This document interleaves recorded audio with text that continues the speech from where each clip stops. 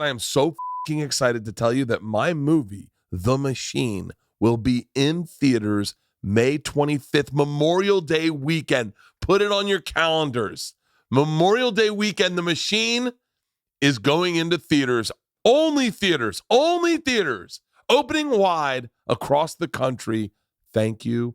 It's because of you guys, because of the positive comments that you shared when I posted it, and I leaked the trailer on my Instagram. I leaked the trailer on my YouTube.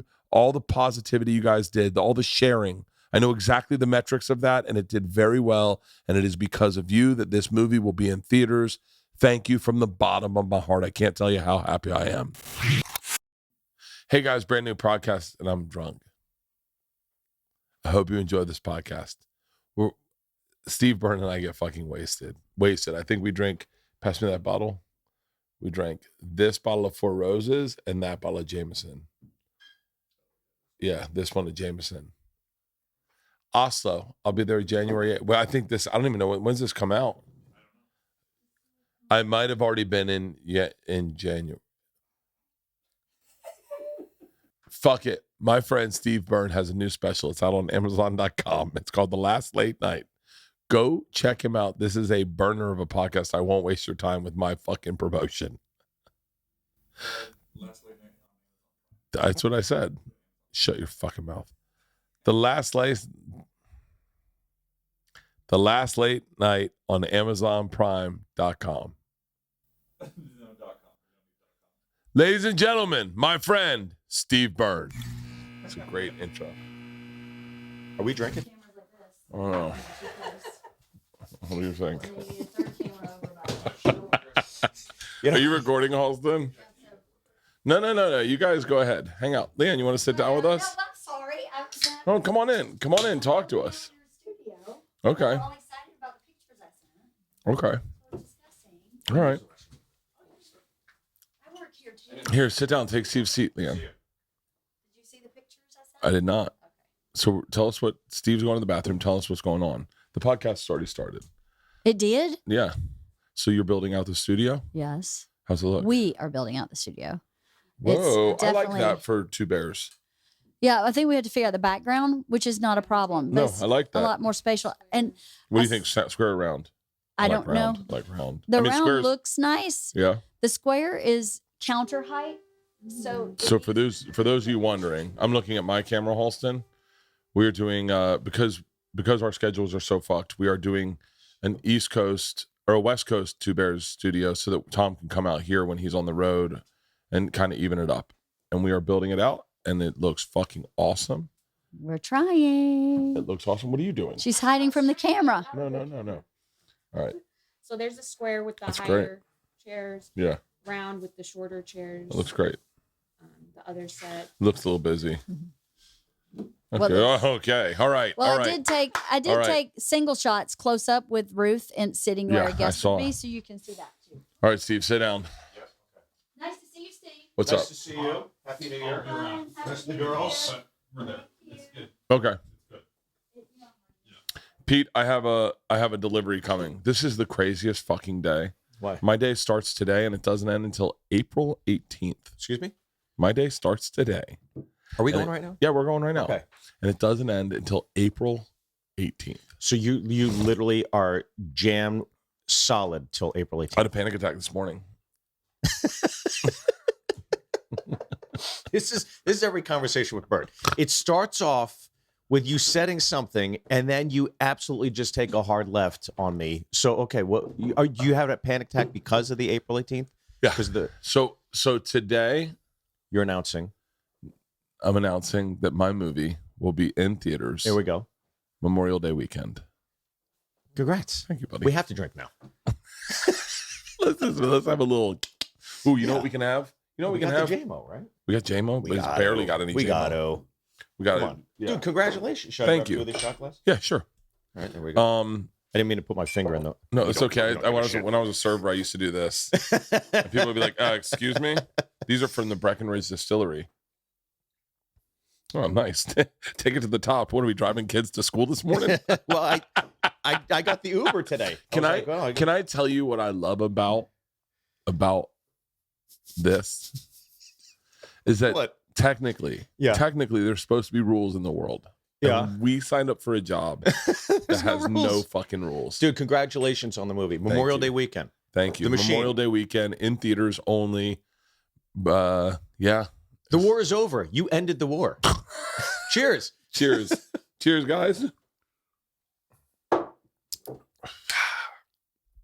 Always perfect. My daughters have started drinking my vodka and they're watering it down. How old are they? Is the old? 18 and 17, 16, 18.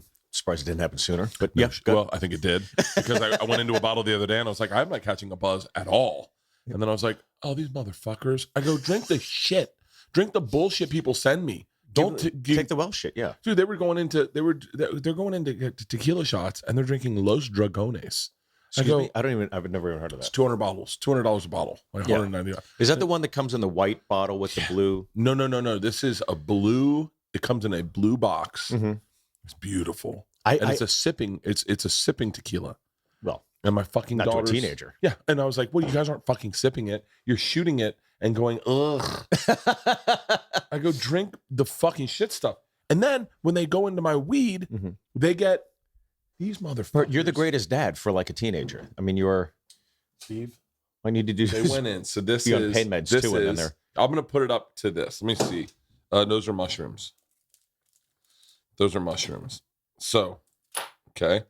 So I want to show you. Hold on. Oh, so you're like the John Wick of vices. You have the booze. You got what? This is from El Blunto. Okay. Now, Snoop Dogg taught me how to smoke a blunt, and he was like, enjoy it. You don't rush yourself through it. Yeah. Take your time. Enjoy it. You Yeah. paid the money for it. You're not broke. You don't need to hit it and puff it. Enjoy it. Let it fill the room. Let the conversation start. Pass it to a friend. Yeah. So Snoop's blunts are a little aggressive. So The things that happen when you move up a few tax brackets, Bert. so Snoop and I. well, no, we were working on a TV show together. Yeah. Okay. And so So what are these then? these are Those- El Bluntos. Now, so I go out. El Blunto is like the best blunt you can get. The best blunt you can get. So I hit them up, and I was like, they hit me up, and they're like, "Hey, man, we know you like blunts. If you want us to, we can send over a humidor with some blunts in it." I was like, "That was Okay. awesome." Now, these So what are- does this run you? they gave it. To I me. don't. They gave it to me. But to the average. I think these are probably $75 a blunt.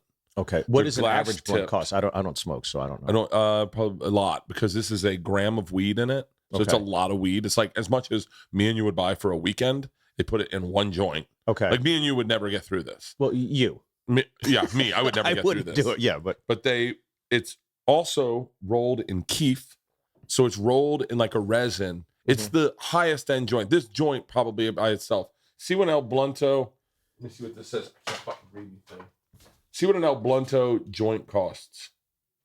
This is the Josh D OG highest potency. so this is the most expensive one. Yeah, I here, assume. smell it. Okay, this is not going to mean anything to me, but I'll. Oh, it smells fucking awesome. Smells great, right? Smells like Jessica Peluso's car. It does. Here's the beauty: is it's got a glass tip, so you can smoke it like a cigar. It draws nice. It's really Okay. So this is $72. Okay, so this thing, so they're rolled in keef.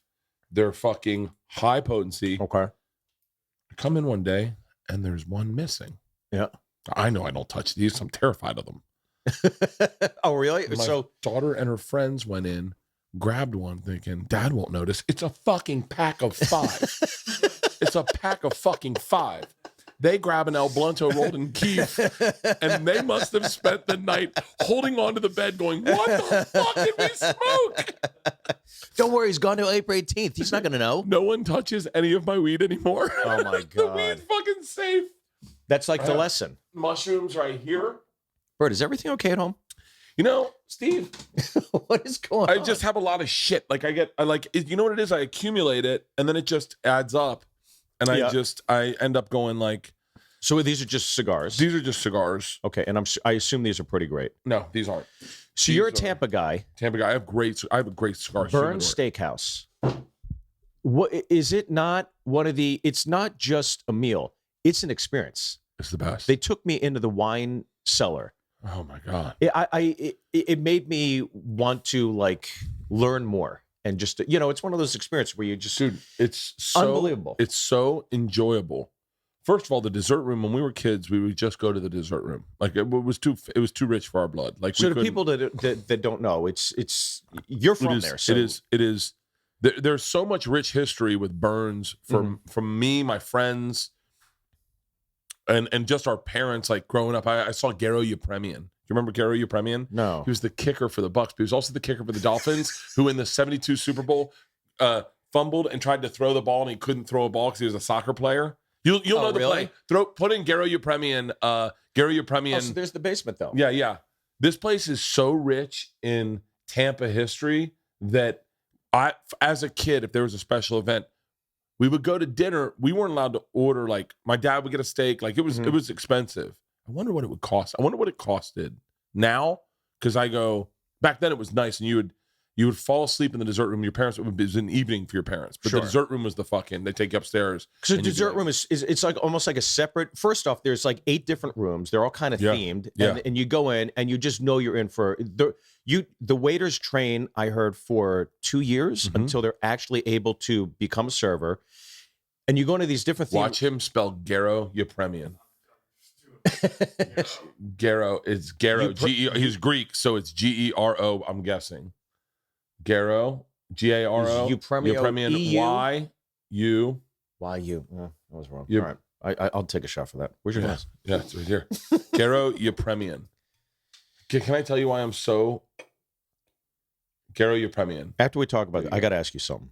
Oh shit! Hold on. If you just go to Garo Yepremian, There we go. epic Super Bowl fail. That's it. You've seen this play. You've seen this play, Steve. Okay. You've seen this play growing up. And then he grabs it, and then he takes it, and he goes to throw it, and he goes, no.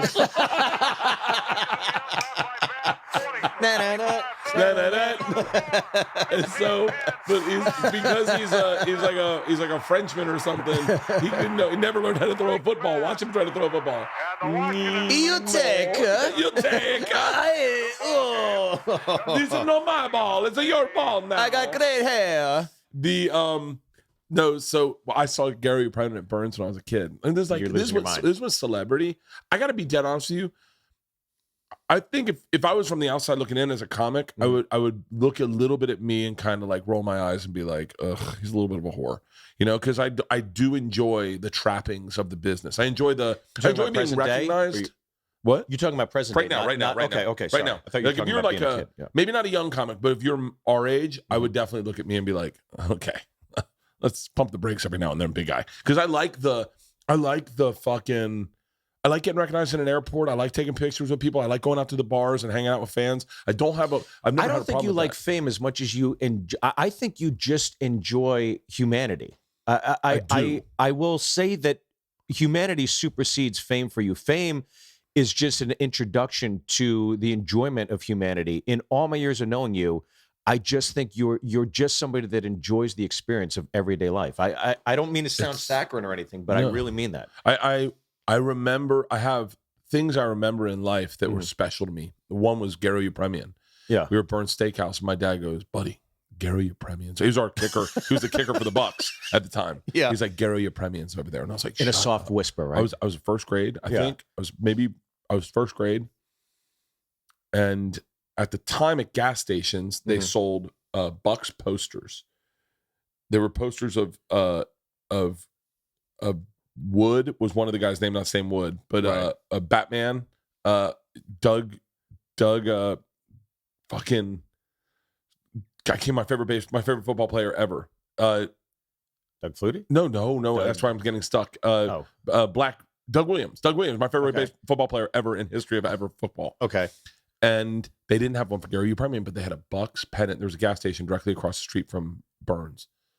My dad went over, got that's nice, your dad. a pennant, Yeah. and we walked over to Gary Yepremian with the pennant. And my dad was like, "Would you mind signing this?" And Gary Yepremian was like, "Oh, no problem." And he was like, Yeah. "Hey, big guy," and he was like so generous. I was my first celebrity I ever met, and I remember Right. thinking, he has millions of dollars. He doesn't need to spend time on a kid like me, but he did, and it left Yeah. such an impression on me that it's funny that was my litmus for fame was Gary Apremian. Well, I think what's interesting is that you're on the precipice of like an important moment because here we are talking about your film, right? And I think as I've gone on in this industry, right, like you're only capable of like your nucleus, right? Your nucleus is like your outreach. So like your comedy is your outreach. Then the podcast is an outreach. Then the umbrella of like Rogan becomes another sense of outreach. Yeah. And so you're just looking for these conduits in to invite people in to appreciate. And then when you have a film coming out that's getting a wide release, by the way, it's not gone on VOD. It's not going directly to a streamer. So obviously the studio believes in it. They believe that this is going to be fucking great. So the fact that it's coming out in this form and fashion when not many films are coming out, by the way, not many comedies are coming out. Yeah. And so that is like another, do you understand? Like, it's just like it's getting bigger and bigger for you. So I think that's another interesting. reason to toast. So cheers. Cheers, brother. We might Dude, need another happy bottle for you, of man. Jameson. Here we go. What's interesting to me is I look what you did with your last special, which you entirely self-produced. Did you direct it yourself too? No, Joe Gatto directed it because he comes out of Jokers. He wants to direct. Yeah. And I knew it wasn't just, I think it's so funny when comics like, oh, I directed a special or I got so-and-so. It's like, it's 5 cameras on sticks. It's like, you just press record. Who gives a shit? But Shane, I'm directing Shane Torres's special. Yeah. And But you know what I mean, though, yeah, right? No, and It's not. I said to him, I go, I can do it, but like, you want to get like someone else that's really good, knows how to direct. And he was like, you're just putting the camera on me, right? And I was like, That's it, yeah. The hardest part of a special, in my opinion, is the edit. The edit is difficult. Yeah, the edit. I think there's even a lot of editors that don't know the edit of it, and even in the special. So we could talk about it, but I love.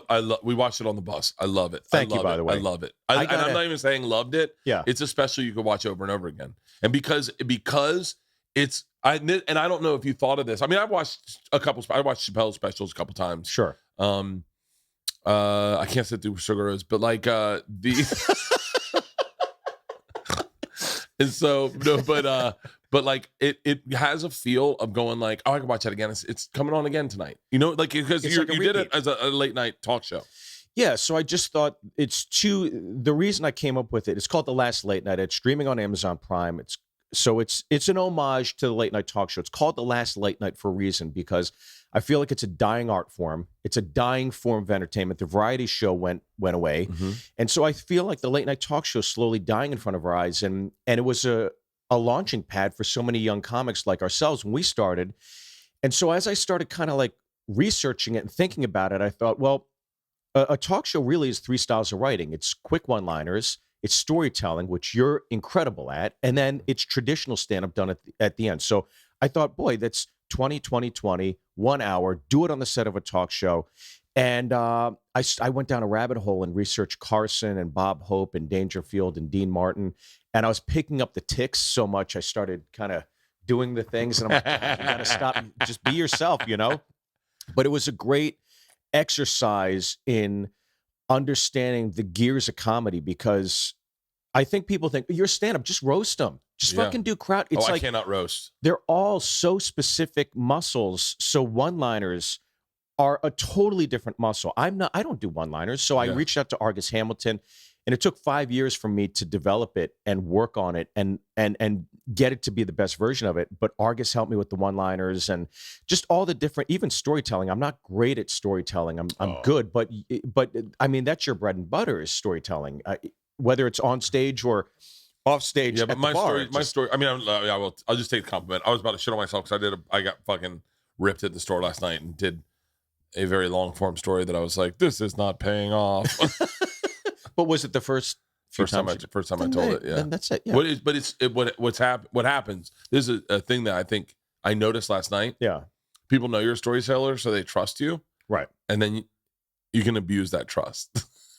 You can abuse that trust. Also, if it's the first time, what do you expect? It's yeah, it's a good story. I just don't know if it's a good story. It's funny. I told it last night in the car ride home. I was like, I had smoked a joint with Big J that had keef on it. I had never smoked keef. Okay, those are rolled in sometimes. Sure, and it's very powerful. And I had one Aperol spritz, okay. and then I smoked this joint, and then I was like, wow, I'm feeling weird, Jay. And he was like, oh, these are the best ones ever. A lot of people won't smoke them. And I went, what? Yeah. He's like, yeah, tell him, Gino. And then Gino's like, yeah, the industry's out on these. Because they dip them and they put these additives, and I'm like, hey guys, So they were laced. yeah, Like technically, but I had a really fun, giggly set, and then I got to this story and realized this is going nowhere. This is going I was like, I need to find an end to this quick.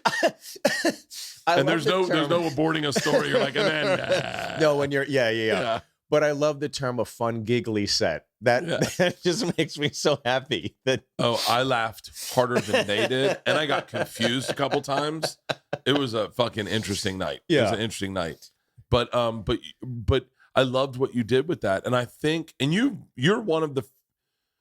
I would say you might be the only one in our business who has touched all genres of what you can do. Hosting, hosting. Hosting, talk show, stand-up shows, movies, and sitcoms. You've done them all. And you've done them all your own way. Like, you've always been like, I'll do a sitcom now. Here's Sullivan's Son. I wrote it. I'm going to make it. Let's do it. you try to, but that's also like the other swing of the pendulum, right? Is that you do these things, but I've always been screaming underwater for years. So the reason I came up with the concept for the late night talk show is that I had my own sitcom, right? Second Asian American sitcom after Margaret Cho, and doing hour specials. And prior to Was Margaret Cho's when they were forcing Asian people to do Asian accents? When they're forcing them, I don't know. They were forcing them. Oh yeah. Fucking Pat Morita, that poor fucking guy. You ever think about Pat Morita? He was on the Karate Kid, and he's like, "Hey everyone, how you doing?" They're like, "Hey." Well, he was, he was a popular stand-up back in the day before Happy Days. He did stand-up? He did stand-up, and Johnny Yoon was like the first Korean to do the Tonight Show. He was in a film that was like on HBO when we were kids called They Call Me Bruce Lee, or They Call Me Bruce. They Call Me Bruce. I saw They Call Me Bruce. So Johnny Yoon was a stand-up comedian at South Korea. Wait, how did I see They Call Me Bruce? What's They Call Me Bruce? They Call Me Bruce was like a shitty film that was, like back then it was great, but there we go. That was on. It was rerun on HBO all the time, and he was an Asian that was just trying to live in LA that that everybody thought he knew martial arts. So I mean, it was, for the time it was, and I thought it was hilarious, and it was on HBO all the time. They Call Me Bruce. Yeah. Thought he knew. But he was a store guy. No way. Yeah. So he had done Carson back in the day. Shut the fuck up. So how many shows did you shoot for your special? I did it twice, but to my point, I was ramping up to do the opening act. When the opening act came out, and the Amazing Jonathan doc, and Sullivan and Son, the third season, and I had like a 4th hour special, like all those tentpole things you work towards in your career. You're thinking, okay, I've always gotten on base. This'll get me over the hump, right? Yeah. And reach out. Not one talk show would ever have me on.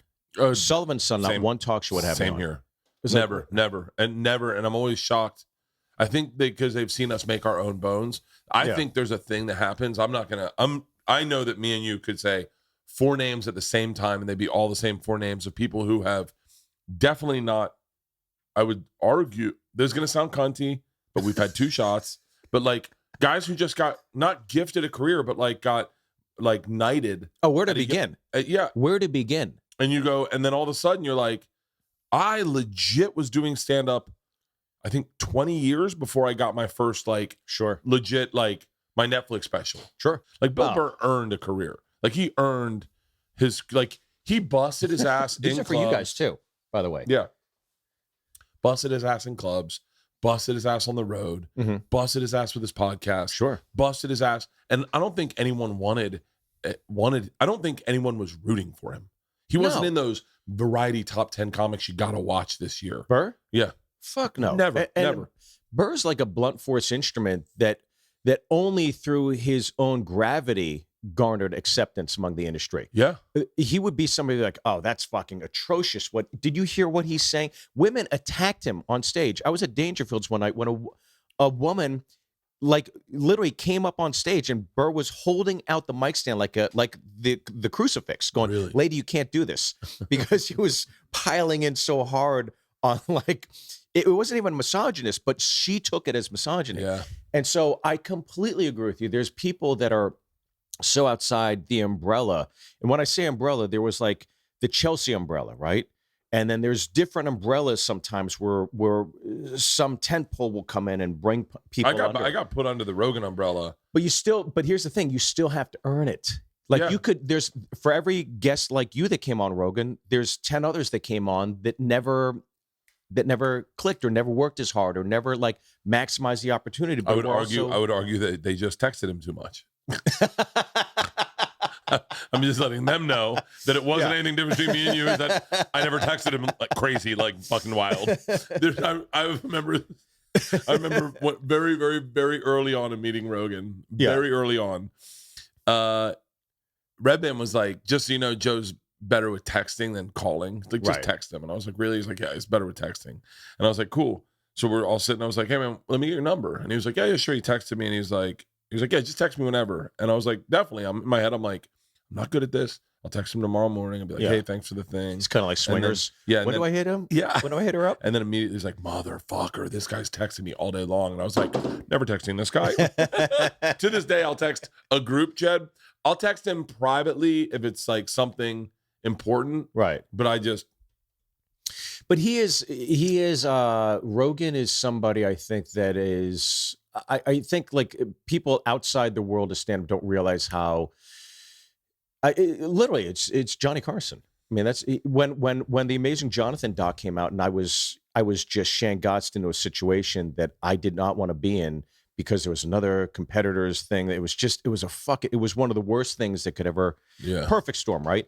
And this is before people are releasing things on YouTube. This is before people are, just as people are going to streamers and stuff. And I reached out to him and I said, do you think I could just put this on YouTube? And he walked me through the advantages of it as opposed to like some other things I was hearing from representation. And I put it up on YouTube because of him, because he took the time literally before he's doing a UFC broadcast, a pay-per-view.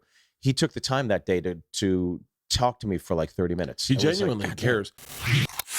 This show is sponsored by BetterHelp. When you're at your best, you can do great things. But sometimes life will get you bogged down. You may feel overwhelmed like I do every fucking morning when I wake up. Or like you're not showing up in the way that you want to. I don't feel like that in the gym. I'll tell you why I don't feel like that in the gym. Because I do therapy first. Therapy is amazing. Working with a therapist can help you get closer to the best version of yourself as you're ever going to get. Because when you feel empowered, you're more prepared to take on everything life throws at you. Leanne first got me into therapy, and I poo-pooed it. I thought it was stupid. And then I started liking it, and then I started loving it. And then I started finding myself wanting for therapy every week, writing down notes on my phone to go, oh, when I have therapy, I'm going to talk about this. If you're thinking about giving therapy a try, BetterHelp is a great option. I choose online therapy mostly because it's convenient, it's flexible, it's affordable, and it's entirely online, especially like BetterHelp. BetterHelp is convenient, flexible, affordable, and entirely online.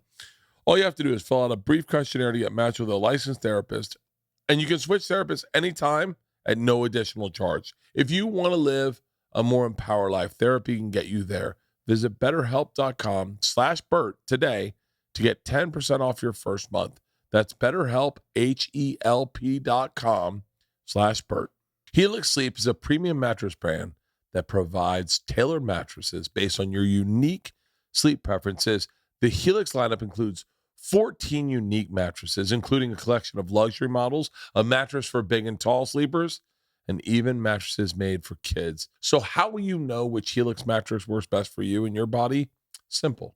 You take the Helix Sleep Quiz. You find the perfect mattress in literally under 2 minutes, and your personalized mattress is shipped to your door free of charge. Helix knows there's no better way to test out a new mattress than by sleeping on it in your own home. That's why they offer a 100-night risk-free trial. Try out your new Helix mattress. See if your body adjusts. And if you decide it's not the best fit, you are welcome to return it for a full refund. Everybody's unique and everyone sleeps different. That's why Helix has several different mattress models to choose from. Every design is set for specific sleep positions and feel preferences. Models with memory foam layered to provide optimal pressure to relieve you in your sleep if you sleep on your side. Models with a more responsive foam to cradle your body for essential support for stomach and back sleeping positions. Plus, enhanced cooling features. If your wife's in menopause, she's going to love these. I took the Helix Sleep Quiz, took 2 minutes, got matched with a side sleeping mattress. My shoulder stopped hurting. My back stopped hurting. I stopped having sciatic problems. I fucking love it. It's my favorite sleep I've ever had. Let me tell you right now, to set up my mattress took quicker than to take the sleep quiz. Oh my God, it's Helix texting me right now saying, how did you sleep? Don't take my word for it. Helix has been awarded the #1 mattress pick by GQ and Wired Magazine. It's even recommended by multiple leading chiropractors and doctors of sleep medicine as a go-to solution for improving your sleep. Helix is offering up to $200 off all mattress orders and 2 free pillows for our listeners. Go to helixsleep.com/Bert. With Helix, better sleep starts right now. How long do you think representation will still be in this business? By the way, I haven't had it for 3 years. Really? Everything I've done on my own. And I think representation is reactive. I don't think they're proactive. I don't think that they ever generate. It's the easiest thing to do is to answer the phone. The hardest thing to do is to make the fucking phone calls. Yeah. And none of them fucking, I'd say 85% of them don't do it. I would say 85%. You look at Andrew Schultz, right? Sure. He has got his own. I don't even know if he has an agent or a manager. Look at you, though. Look at all these guys. Yeah. I don't want to do good. Please finish. No, your but thought like as I everything's internal. He's got one guy that kind of here, do this one. This one right here is Winston Churchill's favorite whiskey. Well, This really? one is a rye. Right here? Yeah. Is there still stuff in it? Golden Wedding? Is it empty? Oh, that's it's empty. empty. Yeah. Okay, let's do this. How about Four Roses? Is Four Roses any good? Happy Valentine's Day. So, but I start looking at the business going, if I was a young kid, This year. oh yeah, if I was a young kid, I don't know. Like, look at like the Are You Garbage guys, right? Yep. You know those guys? Have you I done the know show? of them. I have not done it. Why I not? know of them. Why not? I'm just kind of. Can I set it up right now? Can I set it up right now? Or when Sure, are you yeah. gonna be in New York next? It's such a great podcast. I'd love to. Yeah. It's so much fun. I've heard that they're great guys. They're yeah. great guys. It's so much fun, and they'd be Yeah. great for promoting the movie. They're fucking or the special. You like how my brain's working on my career right now? April 18th. April 18th. No, it's April 18th. May 25th. May 25th. May 25th. May 25th. is May when it comes out, yeah. 25th. I got it. I am bed. Let me text those guys. By the way, right now. while you're texting it, that is May 25th. The Machine comes out nationwide, every Cineplex, and I know what you're going to do. This is not going to be just like you're going to a movie. It's like it's going to be a fucking party. I know yeah. that you're going to go to markets and make it a fucking party. We're already trying to plan because it's Memorial Day weekend. We're trying to plan something kind of large. We have. This is we so have. fucking great, man. Well, it's what's cool about this is that you get we're Sony and Legendary, and Sony Yeah. has looked at me and my career and said, what we need to do is how do you do it for your fans? Right, So we right. want your fans to show up. So then in a weird way, you're in this situation where you're like, well, I had this idea, and they're like, let's do it. Yeah. And you're like, well, what if we did this? And they're like, let's do it. Yeah. I mean, I literally was like, I'll go to Russia and break out Brittany Griner. And the guy's like, I got a private jet into Russia. And I was like, let's fucking do it. Here, cheers, brother. Cheers. But May 25th. May 25th, The Fuck yeah. Machine, Memorial Day weekend. So, Whoo! You want a hash brown or a bagel? no. I got these just in case. By the way, you want a? Yeah. Okay. I'll I'll Kevin. while you're talking because I'm on an empty tum tum. So, Steve. oh Byrne. come on. Kevin Natasha, Steve Byrne. He's got a special that's streaming right now on Amazon, and he'll be in New York soon to promote it. And I was telling him he has to do your podcast, period. Just trying to link you guys up. Those guys are awesome. They're the sweetest fucking guys. I took them on the road with me at the beginning of Sober October. And I By the was way, like, you brought a band out with you that I discovered. I was like, this band is so fucking great. It's a mariachi band that does covers. Oh, Metalachi. And you brought them out for Cinco de Mayo. Of course you did, because I was reading up on them and I was like, these guys are fucking great. Yeah. How great would it be to incorporate? Of course. And you did it. You did it like Red Rocks or something. You brought them out. Yeah, no, I brought him to the Greek for Cinco de Mayo. I think I started thinking I stole the concept of being different, Mhm. of being your own entity from Doug Benson. Right. Doug Benson's Doug Loves Movies would happen at 4:20 on a Sunday. Mhm. And I walked in one time and I went, the club's sold out. He has no competition. The staff is through the roof. They now have 3 shows on a Sunday. They don't give a fuck. Skip workday. Yeah. And That was I it. came up with the Call and Sick to Work show. And it was great. based off of watching Doug operate and going, what would be my thing? And I go, I had been with Elliot in the morning and I was like, I wish I could do a show right now. And I said that out loud. Yeah. And he was like, oh, that would be cool if they opened the club at like 10 a.m. And I was like, that would be cool.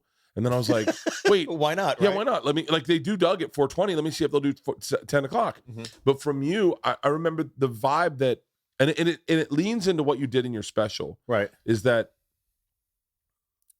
the standard isn't enough. They paid money to come see you. Right. Take it to the next level. Either dress up, either make sure you've always done an amazing act top to bottom, but you were the one when we were doing Jameson, you're like, we're here, we're together, let's do something at the end. Razzle dazzle was the way I looked at it. Yeah. Like, that let's sounds bring it fun. up. Yeah. And we would do that thing at Jameson at the end. You ended up doing it in your special. Yeah. But I remember thinking, when I started doing the first time I did Red Rocks, I said to Leanne, so am I just doing stand-up here? That was when Right. I thought to myself, am I just doing stand-up? She was like, yeah. I was like, but it seems like I should be doing more than Right. just stand-up. And she was like, that's all you do. And so I was like, okay. So I had a cast on at the time. I said, Yeah. let's cover it in lights. Mhm. Let's cover it in LEDs and have it hooked to a panel, and then they can change the colors. So I could randomly in the middle go hit him with the American flag, and it would go fire up my arm and then run down the American colors. It was really cool. And so we started doing pre-show stuff to like Right. step it up. But it honestly, had I not ever worked with you, I don't think I would have seen it, because so many comics are stuck in the norm. And this business, meaning us, Sure. they hate people who try. Believe me, I agree with you 100%. And it's so funny you're saying these things, because I was thinking about, our shows as I'm getting in the car coming over here, and I'm like, there's people that sit in the pocket, right? There's great comics. There's Great comics. comics. Dan Natterman's one of the best comics. Dan Natterman's my favorite comic to watch. Fantastic. Fantastic top to bottom. Now, granted, if Dan Natterman ripped his shirt off, it would be a different show. But Dan Natterman's like the best. I think he's so fucking talented. He's hilarious. We could go down Russ the line. Maneve, I could go down the line of fucking Fantastic comics joke that are. If you go pound for pound, Yeah. or better yet, if you went up to a tell and you're like, who's a better comic, Russ Maneve or BertKreischer? You go, Russ Maneve. Next. Who's a better comic? But he would because you know. Right. Maneve's got the Notebook. Maneve, by the way, still looks fantastic. I ran into him recently. I was like, God damn, but Best teeth. but He's got great fantastic. teeth. You know he eats Square chicken jaw. bones? Sorry? He eats chicken bones? He eats chicken bones? Russ Maneve eats chicken bones. He's like, that's good for your digestive system. I go, like, I don't think that's how it works, Russ. No, dude, I that swear can't to be, God. that can't be right. I swear to God. My favorite Russ Maneve story, there he is he It's was fucking gorgeous. He told me this, by the way. He was on a first date with a girl, and they met at the club, and they're at dinner, and he goes, so you've been to this cellar, like, who do you like? She's like, well, my favorite comedian is Steve Byrne. He goes, have a good evening. And he got him walked out. And to this day, every time I see him, I think of that story. It's so goddamn funny. But to your point, Bert, I agree with you. I think there's great comics, and I think a great comic is great for 15 minutes. I think if you want to see a show, you go see someone like you. You go see someone like me. There's people that shift gears quickly, that have worked on different assets or muscles, that want to give you a show. this is just coming through osmosis, but I just got offered a residency in Vegas at Jimmy Kimmel, so I'm doing it every other Thursday. I would take it. Oh my God. I'm taking it, That's so fucking but I'm awesome. workshopping a show there for the next 6 months. Oh my God. And I was thinking, Steve. if I go to Vegas, I'm not just going to fucking be a stand-up, right? Yeah. I'm not going to go and sit in the pocket and just put a mic in the fucking thing and be a comic. I'm going to fucking blow it out. What can I do? What can I do? And I just thought, what's the biggest party night in Vegas? New Year's Eve. Yeah. So what I'm going to do is every single show, it's New Year's Eve. That's fucking So it's going to be brilliant. called New Year's Steve. And I'm going to workshop it for the next 6 months. And I'll come out, I'll do some topical one-liners, I'll do some crowd work, I'll incorporate some bits I learned from Beecher's Madhouse back in the day. Beecher's Madhouse. I never did Beecher's Madhouse, but I remember going there to watch it, and it Shit was fucking Crazy. chaos. Fucking chaos. Apple Store, get ready. Your delivery, someone must be present. Pete! Delivery's coming up. Here, I'll give you my phone. Do you guys want any bagels? I got these for the crew, so. Do we edit this stuff? I'm in the middle of a podcast. No, keep it in. Oh, I'm in the cool. middle of a podcast. I'll call you guys when I get done. Okay. Here, my phone, in case they're coming out to the front gate. You know why? I'll grab one afterwards. Thank you very much. Yeah. Yeah, well, you know what's so funny? It's all you guys. I'm jealous. I'm jealous of a lot of things. Meaning like, but in good jealous, like not bad jealous. But I'm jealous of like guys like you, Ari, Sebastian, Brett, guys who, number one, got into comedy because they believed in themselves, not because someone told them to believe. Like Rolling Stone magazine told me you should believe in yourself. Ultimately, that article came out and gave me the confidence to get into stand-up. So I had this blind confidence of like, this is what I'll be doing. Mm-hmm. And so that is how I got into the business. I'm always jealous when I see you guys who went, I want to try comedy. Like, I mean, obviously at one point I said I would like to try comedy, Right. but it was kind of thrust on me. So I was like, well, this is what I should try.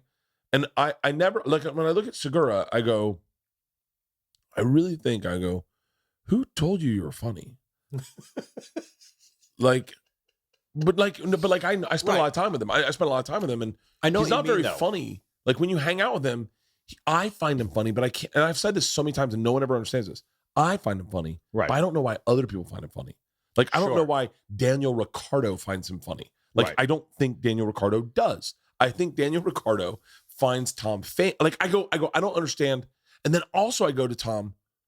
By the way, he was gorgeous when he started stand up. Mhm. Beautiful. Yeah. I go, so what was the thing that got you to do stand up? Like, I Right. understand Ari fucking kicked out of his Jewish community, lost, figuring out life, like just a fucking wanderer. Yeah. But when I see like you or Brett, and I go, I didn't have that experience of like, I'm going to try this because I want to do it. I had this Rolling Stone thing behind me. I'm also jealous because you guys got a master class in comedy that will never be offered again. It was like, What do you mean by that? you guys all started the store, and you guys all had this experience at the store when it was absolute chaos. There were no gloves. Anything happened. No, but we had a master class in New York City, you and I. Well, yeah, Because but then I you was- came right out here and were with this whole group of guys that dubbed. Let's talk about Dub Davidoff for a second. Dub Davidoff is the most influential comic of our generation. Okay, hold on. Just stop for 1 second. I can go Okay, on I forever. want to. I can't. I've heard your hypotheses. I can't wait for you to back this up. First off, on record, where's the camera? I fucking love Davidoff. Okay, yeah. I love Deb Davidoff. Not only as a comic, as a hang, The to a best. degree, Well, to a degree. He can be a bit much. because if there's not a 10 in sight, he's fucking out. Okay, but I don't know about I'll tell influential you why. amongst us. So please, I'll tell you why. So if we talk about hold on. okay. I gotta where's get another shot because this Where is is gonna this? get Is this this is Four gonna get Roses? yeah this is gonna get juicy. Can't wait to fucking hear this. This is if you're a This is comedy fan fucking- right now, you're gonna go holy fucking shit. And I'm Now, not negating Dove. I think Dove is one of the most talented comics working, but I also think Dove didn't pursue stand-up as passionately as you and I did no, because not at all. he had properties. He invested in properties. And was acting with Mark Wahlberg. He was yeah, he he's was a- in he's Invincible. one of the most fucking outliers there are. Great actor. Great actor, great hang, bizarre as fuck. Grew up with David Lee Roth as his steward, I think. Like David Lee Roth watched him grow up and like took him to school. Like the fucking weirdest world you could, and still has a full head of hair And handsome. and handsome. By the way, slick last as time I saw fuck. Bobby Kelly, do you know what he did? I What? go to the cellar Lost and I weight? see Robert Kelly. I see Bobby Kelly goes, "Hey, take off your fucking hat." So I take my hat off and I go like this. He goes, "You still got your hair. Fuck you." And he got up and walked away.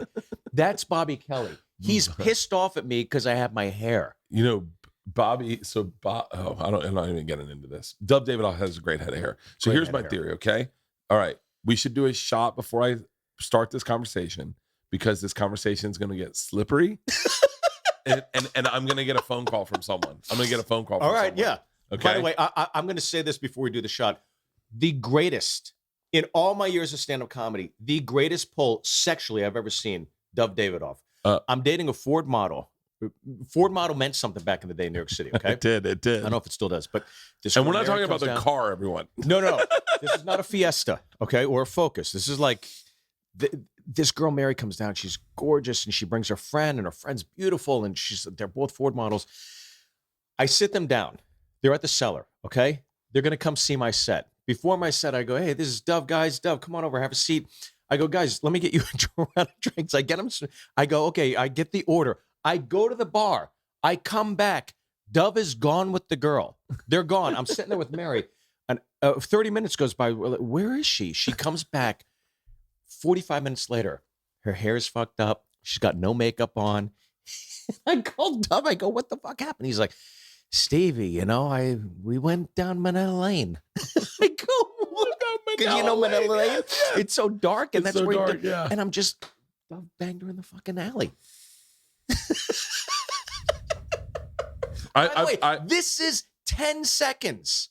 10 seconds I was gone, Bert. I would say I went to Amsterdam with Doug. He was engaged at the time, Mhm. and he broke off the engagement because she took a shit in the hotel room.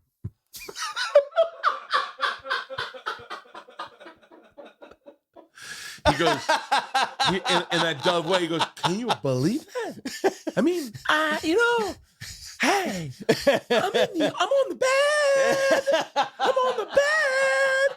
She's in the bathroom. There's fucking a push- lobby. Yeah, what the fuck? Come on. And he looks at me dead serious. He goes, "Is this gonna happen?" And I went, "Dove, we shit in front of each other." And he goes, "I'm out." And in the car ride to the venue, Yeah. was laying the groundwork to break up with her. By the time we got on the plane, the engagement was over. No. And she was Gorgeous. the most beautiful woman I've ever seen in my life. I'm talking, sense. I think, blonde, perfect body, Mhm. and very intelligent. Like, not a moron. Like, Well, Dove's not a more Dove. yeah, Dove Dove's is smart as fuck. one of the smartest. Right. By the way, Dove and Callan could be the two smartest comedians I've ever come across in my life. They could talk about anything. Callan's so smart that I remember I was supposed to do Rogan one day, and I was like, I haven't listened to Rogan in a while. I'm gonna listen to an episode. I listened to Callan, and Callan was talking about domain over horses or something, and I was like, I don't have anything like this to talk about on Joe's podcast. Like, I don't know about animals and Well, he was talking about obsessed with Iron animals. Age and like in the Iron Age, like slavery and all this shit. I'm like, and then I was like, it's got to be this one episode. And then I click, and then it's Brian Callen going, "AIDS isn't real," and I'm like, what the fuck? I was like, it's all the shit Joe likes. It's like going to someone's house who likes to play with fucking Play-Doh, and I bring Legos, and I'm like, I can only do these. I can punch Play-Doh. Well, I think what we could say is that I think you and I both ended up winning the lottery. Not only, like you could say professionally, right? Obviously, you're doing great. We're both doing what we love, but personally, absolutely, we both got great gals. So cheers to the ladies. We fit into what we like. Yes, Like, we got really lucky. very lucky. And I'll tell you, as they get older, if you stand over them and kiss them, and they look up, they look like young again.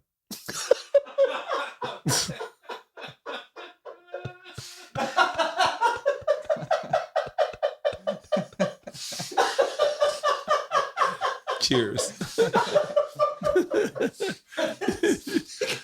This is a fucking cheat code I found the other day. Cheers. All right, you ready for my genius statement? Oh, Dub Davidoff? I can't wait to hear this. I don't know if you've ever heard of the rumor of people stealing people's essence. I have not. No. I told you this is gonna get slippery. I told you. Give me the visor and the fucking shield so I can be here, but not. So there is like when you're really young, and it doesn't. I see happen. where this is going. When you're really young, you take I got from you. people's energy. Like You're right. Like you. It's not your energy, but you take their style. Like we all took a There's tell. a cadence. We all took a tell. You don't know how. I didn't know how to write a joke, and so I wrote a joke, and it didn't work. And then in my head, I legit said, "How would David Tell do it?" And then I went, and a lot of people did that to Hedberg. Sure. And I was going to say Hedberg, Regan. Yep, and Regan. Attell. Those Regan, were the three I'll call out. I'm not high gonna slices call, you but could like, do. but like Bill Burr, who I love with all my heart, Mhm. was Brian Regan when he first started. And then I'm on the infomercial, and they got the pie, pang, pang, pang. What are you gonna do? He didn't curse. He didn't talk about You're women. talking about Billy Burr. Billy Burr. Early Billy Burr was a Brian So on Regan. the lineups would say Billy Burr, but Yeah. then Bill made a hard pivot towards made a hard and turn. New York. Yeah. And when he I agree with came you back from LA, 100%. yeah. So, but that thing happens. What happened with Dove? Dove is such an outlier. Dove does not. I will say this, and this is a big, broad stroke. Mhm. Dove is such an authentic, artistic spirit. Yeah. He walks. Dove doesn't take boxing classes because Rogan told him to take a boxing class. Right. Doug took boxing classes because there was a boxing gym by the thing, and he saw a homeless guy shadow boxing, and it looked cool, and he went, "Hey man," and he talked to the homeless guy for an hour, and then Sure. got pushed into the gym, and then all of a sudden Dove can legit box. Yeah. So like Dove is an authentic, Not a good husband, but yeah. he can yeah, box. not the guy you want to take a shit in front of, but like, but he is an authentic spirit. Yes, And yeah. when Dove came to the store with By this, the way, just for the record, can you go back when you make one of those social media clips? Can you get all the times you called him Doug and not Dove? yeah. Can you just okay? I realized I was doing that halfway through this. So, but Dove had this energy on stage Yeah. that was authentic to Dove that I think permeated the store. And I think I watched people see Dove succeeded at such a high level. It was so hard to follow him when he would do he goes, "I got my bike seat cut," you know? Right, yeah. What's a bike seat? How bad? By the way, I'm doing a horrible Dove Davidoff. How bad is your that? And the jacket goes half on, half off. Yeah. And he's walking on stage. It was so authentic to Dove that I would watch people at the store when I show up go, seems a little bit like Dove. And so 100%. I really honestly think Dove has baby doves all over the place that like the way Baby Attell's. There's Baby Attell's. Me and Segura are Attell's, two for of sure. them. We are, Yeah. but we know what happened is we grew out of it. You grew out of it. You become yourself, and It's a crutch. and sometimes you'll get like I'm trying to think of there are Attell parallels. It's because they started at the same time. They're kind of like sure. But I really honestly, I remember going to the store one time going like, I was watching this guy and I was like, oh, he's just doing Dove. He's doing a version of Dove. He doesn't know. Do you want me to say the name on record? No. Because I could. Big J Okerson, right? Yeah. You could still watch Big J and go, I fucking hear Attell all over that. And I agree. We talked when about that he first yesterday. started, He's still, Jay is, Jay's Jay. without a doubt, one of the most genuine versions of a comedian. Jay is, by the way, Big J and Dan Soder, Dude. I think in terms of comedy duos right now working, the fucking funny. They had me on their show. I was an audience member in the fucking studio, not at the club, not at the cellar, not at the store. I that was show- sitting there going, Jesus Christ. That show, The Bonfire, mark my words, The Bonfire is the best comedy duo in my opinion, as an outsider watching in. They'll never break up. If they ever break up, I'll go into Sirius XM naked and do that show by myself. They'll never break up. I fucking love those guys. They're fucking incredible. It's Martin and Lewis. They're fucking brilliant. They're Yeah. brilliant. They are. You go in sometimes and it's like watching, trying to jump into a double dutch. yeah, And you're right. And Yeah, you're yeah. just like, okay, how do I? I was like, I'm just going to sit back and enjoy this because it's so. they're so fucking. It's just a tennis match. Yeah. You're watching an incredible tennis match between two great comics. Yeah. Can I ask you something though? Please. Okay, hold on. I just this like I'm so glad I'm here today. I'm so glad I'm here so glad you're here. on this day. May 25th, you have a feature film coming out. Like this is, I think comics of our generation will move to Los Angeles. You know, you go to New York City, right? Sure. But LA's like, that's Beverly Hills Cop, baby. Now this is like where the real dreams come true. Yeah. Like you're anointed a star, right? And now you actually have a feature film. It's been sitting on the shelf. Again, to my point earlier, Hollywood is so scared to do comedy. They just don't do comedy anymore. And now the precipice of summer, they're releasing your film. If you could go back to early Bert Kreischer, who I know, that moves here from New York, like the comics of our generation, you're moving here. And we used to play home run derby back in the day. So we all kind of got here at the same time. To know what you did then, to be a father then, you were a father, you were the first father comic friend of mine that, and to Can I tell you also, you guys never made me feel like a loser dad. I know, but I thought about that a lot. Yeah. Like everyone was single, everyone was like cool. You guys all like did like cool stuff. I remember you guys all went with Ari Manis, right? Is that the right thing? Oh, I know. You guys all went like with, yeah. I think Neil Brennan, maybe Ari Manis. You guys all went out to like the Lake Havasu, and I was like, that's cool. But you guys never made me feel like an old, like a loser dad. I always felt like I was included on everything, and I was like, oh, cool. And I knew Ari from a long time ago. Yeah. And I was like, I think about that a lot because then everyone became dads, and then as everyone became dads, I didn't do the same thing. I made everyone feel like, oh, finally you're a dad. Yeah. Yeah. But you came here, and I think now that I think about everything, right? Now that I'm just giving me some macro perspective. Sorry. Yeah. I just I think you're the first of our cloth. This is really true. I'm thinking about it in real time. Sorry. No, but I think you're the first of our cloth that everybody's kind of taking stabs at this thing, right? Everybody's putting in their chips, going all in or whatever. I think you're the first that's going to actually be successful in the realm of feature film. When you think of like yesteryear, you think Pryor's got like, Brewster's Millions or whatever, or like it just doesn't happen as much as it used to.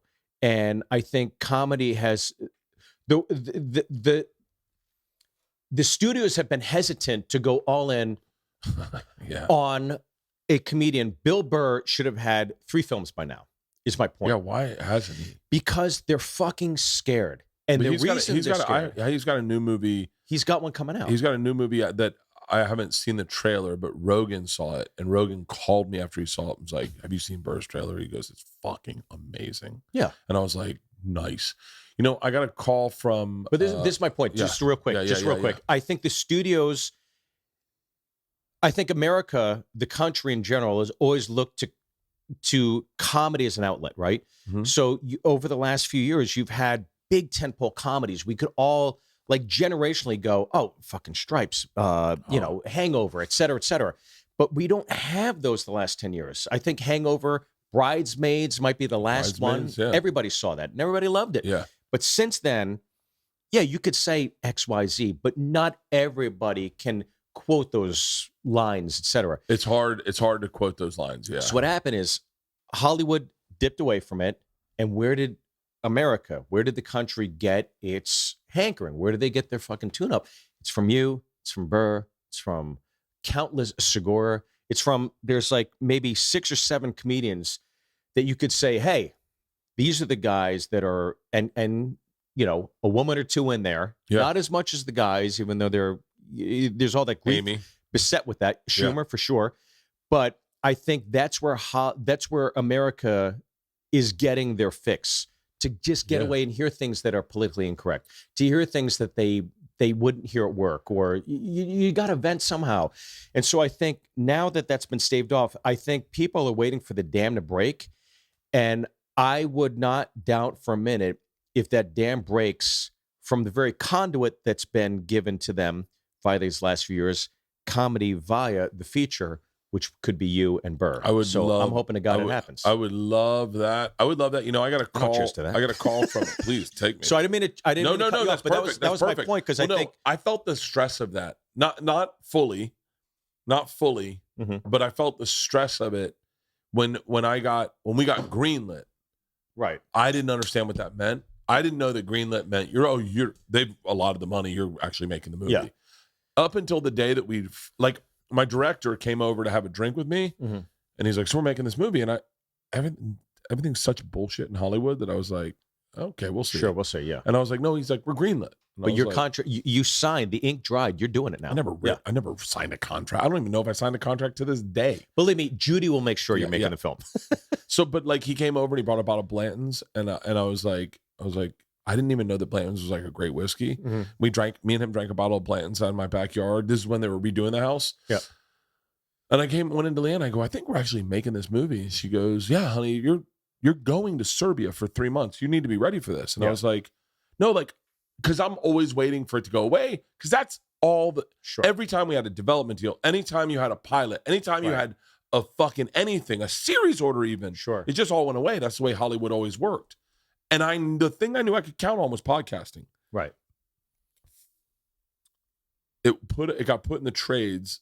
Like first person to hit me up was Greg Fitzsimmons, and then I had a podcast with Tommy. This is during pandemic at Two Bears, and he was super fucking serious. He was like, "You realize?" He's like, "I remember him said, he goes, don't fuck this up." Yeah. He's like, "You got to be really serious about." By the way, this." he's right. Yeah. He was like, "Don't." He was like, "This is a big for all of us." He's like, "If you can make a good comedy, Mhm. we all get to start making comedies." Like he goes, "It's all." He got really kind of heavy handed on me, and I was like, I go, "For real?" And I'd always asked him about certain stuff. Like when I met Snoop, I was like, Sure. "I'm nervous about meeting Snoop.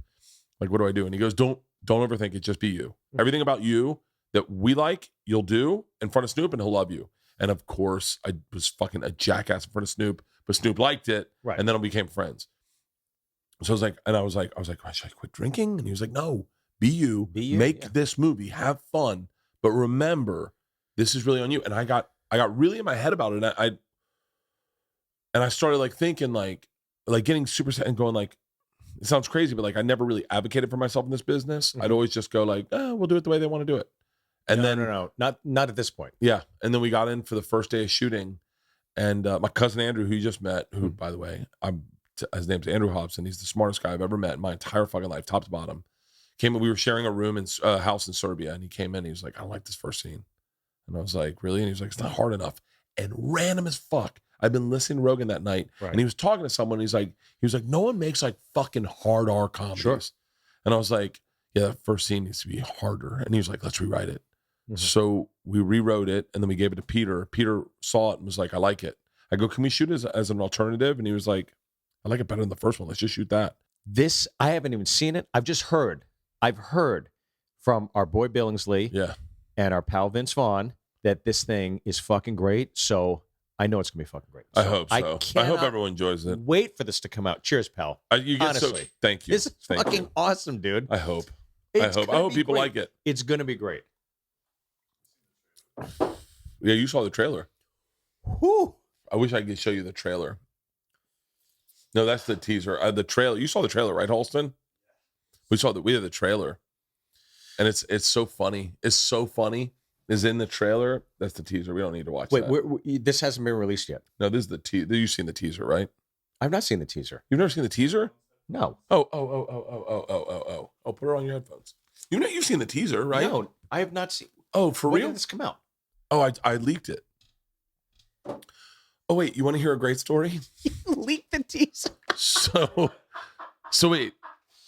I can just picture like 8 executives going, "He fucking leaked it. He fucking leaked it. Did he fucking leak it?" So they give me You the leaked teaser. this? They When give me did the you leak this? teaser on Rogan When? like a month ago. It's end of sober October. So they send me the teaser, and I text my executive Kale, who's like my buddy. He's like my friend, right? Kale Boyder. Yeah. I should not call him out on this conversation, but I he's the cannot best. believe you leaked the fucking. He's the guy that greenlit the movie. He was with me every day of production. He's Yeah. the guy that anytime would empower me to do whatever the fuck I wanted. He gave me Yeah. a great speech when we started. So I didn't drink the first night. And like, and I wasn't something, and then he goes, what are you doing? We're at dinner. And I go, I'm not going to drink. I'm going to be sober. And he goes, oh, no, you're not. No. We didn't hire skinny Bert.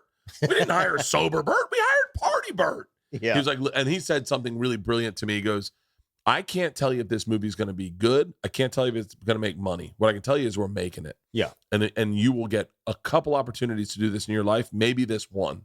Sure. If you don't enjoy it, then that will show up on the screen. But if you enjoy it, that will show up on the screen. Fucking smart. And so we partied and had a fucking blast in Serbia. But here's the thing. People are going to hear you say that, right? Yeah. But I don't think that people realize that, yes, you are having fun. You are enjoying the moment, which is his point. Mhm. But I know you.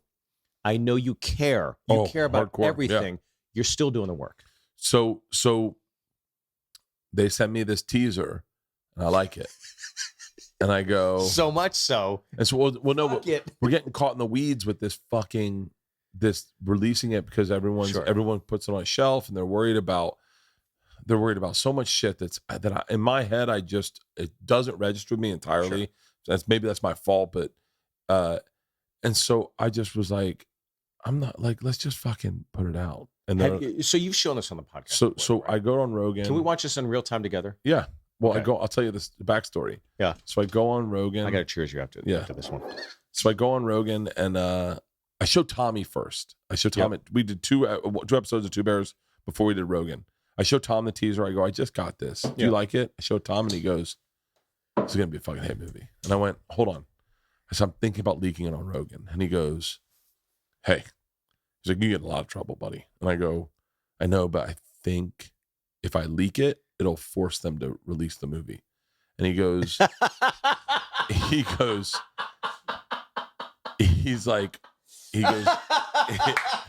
Now, by the way, how long has it been sitting on the shelf for? When you're saying this to Tom? 2021. So probably a full year. Over a year and a half. Because I've been sitting in the shelf. weeds getting updates from Peter. We've gotten another project. We're in production in another project over at Legendary. Me and Tom and Peter Billingsley. Yeah. And So I talked to Peter Pete all the time, Billingsley. so Peter Pete's filling me Billingsley in on kept this telling shit, me because I thought I could force a green light for our project by getting a billboard on Hollywood and saying, hey, thank you, Mary, thank you, Hugh, thank you, everyone, so much for the green light coming in fall. Like and Peter was like, do it. Peter and Kale, do it. Fucking do it. Because not enough people roll the dice in Hollywood anymore. Yeah. Everyone's so nervous about everything. They're like, fucking do it. Because they know, not that I don't give a fuck about that side of the business, but like if it fails horribly, that's a good story for me. And if it wins horribly, that's a great story for me. So that energy is around me. So I get the teaser. I love the teaser. This is just a teaser. Sure. And so I tell Tom, I'm thinking about leaking on Rogan today. And he goes, do it. So I go over to Joe. I said, I got the teaser for my movie. Would you be cool with me leaking it on your show? And he's like, hold on. Because there's legal ramifications with the studio. Joe's like, involved. how bad am I going to get sued? That's exactly. And I go, I'll find out. And so I just sent a text to the group and I was like, hey guys, hypothetical question. If I leaked a trailer or teaser today, how could I get sued for $30 million? Yeah. Because that's my fear is that's how much a movie costs, I think. And so then, or $20 million, whatever it is, 25. No reply. And so they're all fucking scared. And so no one wants to reply. So I go hopping on Rogan in 5 minutes. I wait like 30 minutes. I go hopping on Rogan in 5 minutes. You fucking did it. I will be smoking weed and drinking. I won't have access to my phone. If I don't hear from you in 5 minutes, I'm gonna ... And then I just put my phone down and I'm watching it. We're going on Rogan. I don't see a text. I go, all right, let's go. And so I leak it. And then all of a sudden we get picked up to go wide in movie theaters. Because the number one thing is, and there's a shout out to like the ride or dies. You know, the ride or dies in our business are fans that like appreciate you putting out a podcast every week, appreciate you working on new material, come to your show, support you. Those people that like fucking comment positively on your post and sometimes shitty, but like in a positive way to go like, hey man, brush your teeth next time. And you're like, you know, like those fans, they fucking commented, shared, and posted it. And the one note that we got back from the people, I won't say names, but the people was, not one negative comment about the teaser, not one comment about anything sideways. And they said they got a couple comments of, hey, I'm not a fan of Bert's. Don't like the guy at all. Can't wait to see this movie. And they're like, let's greenlight it. And so now we're going to movies at Memorial Day weekend. I don't think people, when they hear you relay that, when they hear you communicate that, they don't realize that the mindset from everybody that comes into these situations goes, look, I'm just happy to be here. We're making a film. Thank you so much. The fact you flipped the onus to yourself and said, you know what? I'm going to take it on. I'm going to fucking gamble on myself, which everybody does. In my head, I go, it's a good teaser. It's a good movie. It should be seen. I don't know what the hang up is. And I go, trust me when I say it's not, put it out there and you'll see that people go, oh, I'm excited to see this movie. Mm-hmm.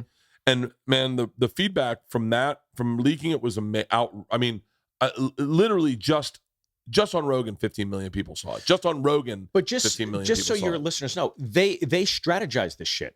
So they all have a strategy. We're going to do this. Thing. We're going to go that. We're going to go to this first. The first it comes meeting, in ebbs and flows and waves and macro, micro. Yeah. The first meeting they said on ... Vimeo or whatever. On whatever you thing, blew it up. They go, we had 6 million views on one entity. And they were like, with no marketing budget, no nothing, no anything, just on you sharing it on Rogan. And I was like, yeah. And they're like, it's kind of unheard of. You put $1 million behind a movie to get a big marketing push. And so yeah, here, let's watch the teaser. Well, I just want to say cheers to you, man. Cheers to you for fucking just taking the onus on yourself. You're like in a river. There's so many. I mean, like I could really get into the weeds on this. Of course. You're giving me broad strokes, but to be a rebel, to go, fuck it, I don't give a fuck. Because at the end of the day, it's your face on that fucking bus ad. It's your face on that fucking subway station that's up there. You're the one taking the onus upon yourself to go, I fucking believe in this. So let's force some hands. Let's do this. Let's not let this sit here for another fucking 12 months. Let's do something with this shit. And you were given an opportunity to do that, and you fucking did it. And I think that's so, I don't know, man. It's rare that you would see people come outside the box of, because as comics, we're all knocking on the fucking door of the industry going, can you let us in? Then they let us in. You go, thank you. It's so good to be here. What can we do? And then you just do everything. But what we don't realize is that, no, they need us. We're the ones knocking on their door going, hey, let us in. But you need us more than we fucking need you. Well, and you fucking flipped it on them. I think I thought to myself, I two things. I had so much fun making this movie. Yeah. I literally had so much fun that I want to make another one with Legendary. With Legendary. I want to make, I have a couple lined up that obviously. A couple. Yeah. A couple. Well, I have one lined up that you're which pretty, we've worked on quite a bit. But but I had so much fun making the movie that I was like, I want to do more. And I thought, but also, and I don't mean this, I definitely don't mean this like glad handy, or I don't know what the right term is, but I don't mean this poorly, but like also I also have a pretty successful touring podcast company that I don't. It's not you're not making tons of money off movie. That's just how that works. Sure. So part of me goes, I know the product's good. I want people to see it, but also like I'm a little bit in charge of my own ship. So like, let's move this thing forward. Let's get these things happening.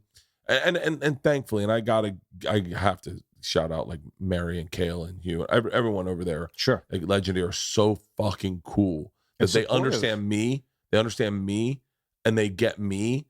Those dudes who've been making movies, dudes and women who have been making movies for that long, and guys like me and you, when you go in and you sit down with them, you're like, oh, you really know what the fuck you're doing. Like I know how to be funny, but like you really know what you're doing. Well, to really know what you're doing, I think look, you've been in this industry for so long, right? You understand when to gamble, when to fucking go in, when to not. And you knew. And you did it, and it paid off. That's the difference. It fucking paid off because you believed in what we're about to see. Let's watch it. But what we're about to see, well, let's cheers at the end. Yeah, we'll watch it. Yeah. All right, here we go.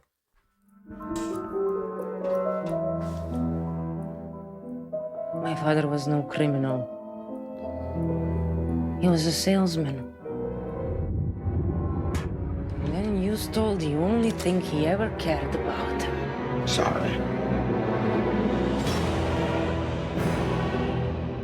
It made him say, fuck honest living. If you want respect, you have to take it. And from there, he built our family. Oh my God. I'm your origin story.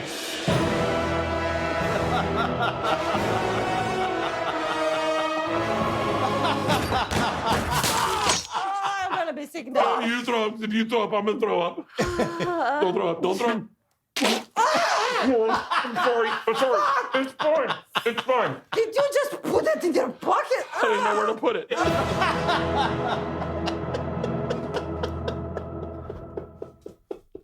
Dude. There's nothing else to say. Cheers, pal. Oh.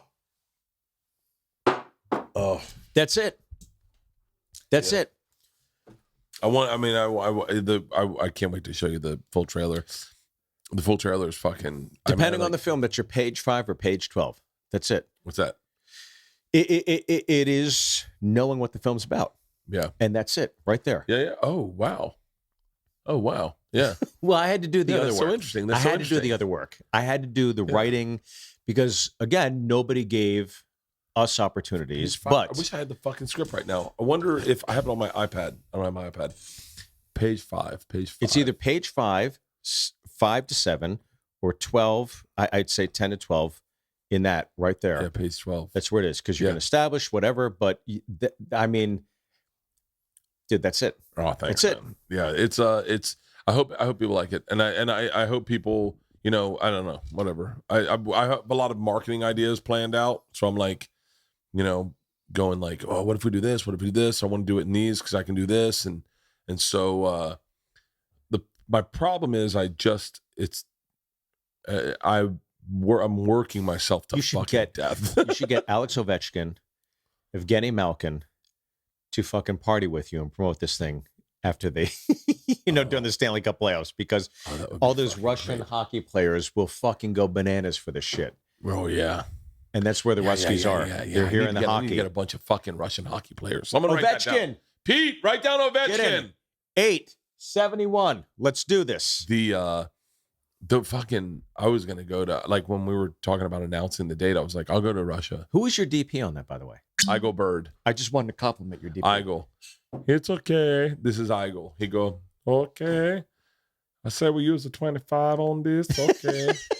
And then line it up. All right. Everyone ready? Dude, how pumped are you for this? I'm pretty fucking And pumped. the girls? They don't care. Come on. They don't They're care. gonna- They're They're man, going to day of. They don't. There's Igor when he was younger. Holy shit. Igor's a stud. Oh, with fucking To the right. Schumacher. Yeah. He's a great dude. Smokes fucking cigarettes and parties. I'll tell you, your girls might not care now, but they're going to care the day of the premiere. And It's they're so going to funny you say realize. that. I watched a clip of Georgia and Isla on Leanne's podcast, and I was going to ask you this. Do you think your kids have any reference for what you do? To a degree. I think they're still young enough that How they old? don't. 10 and 7.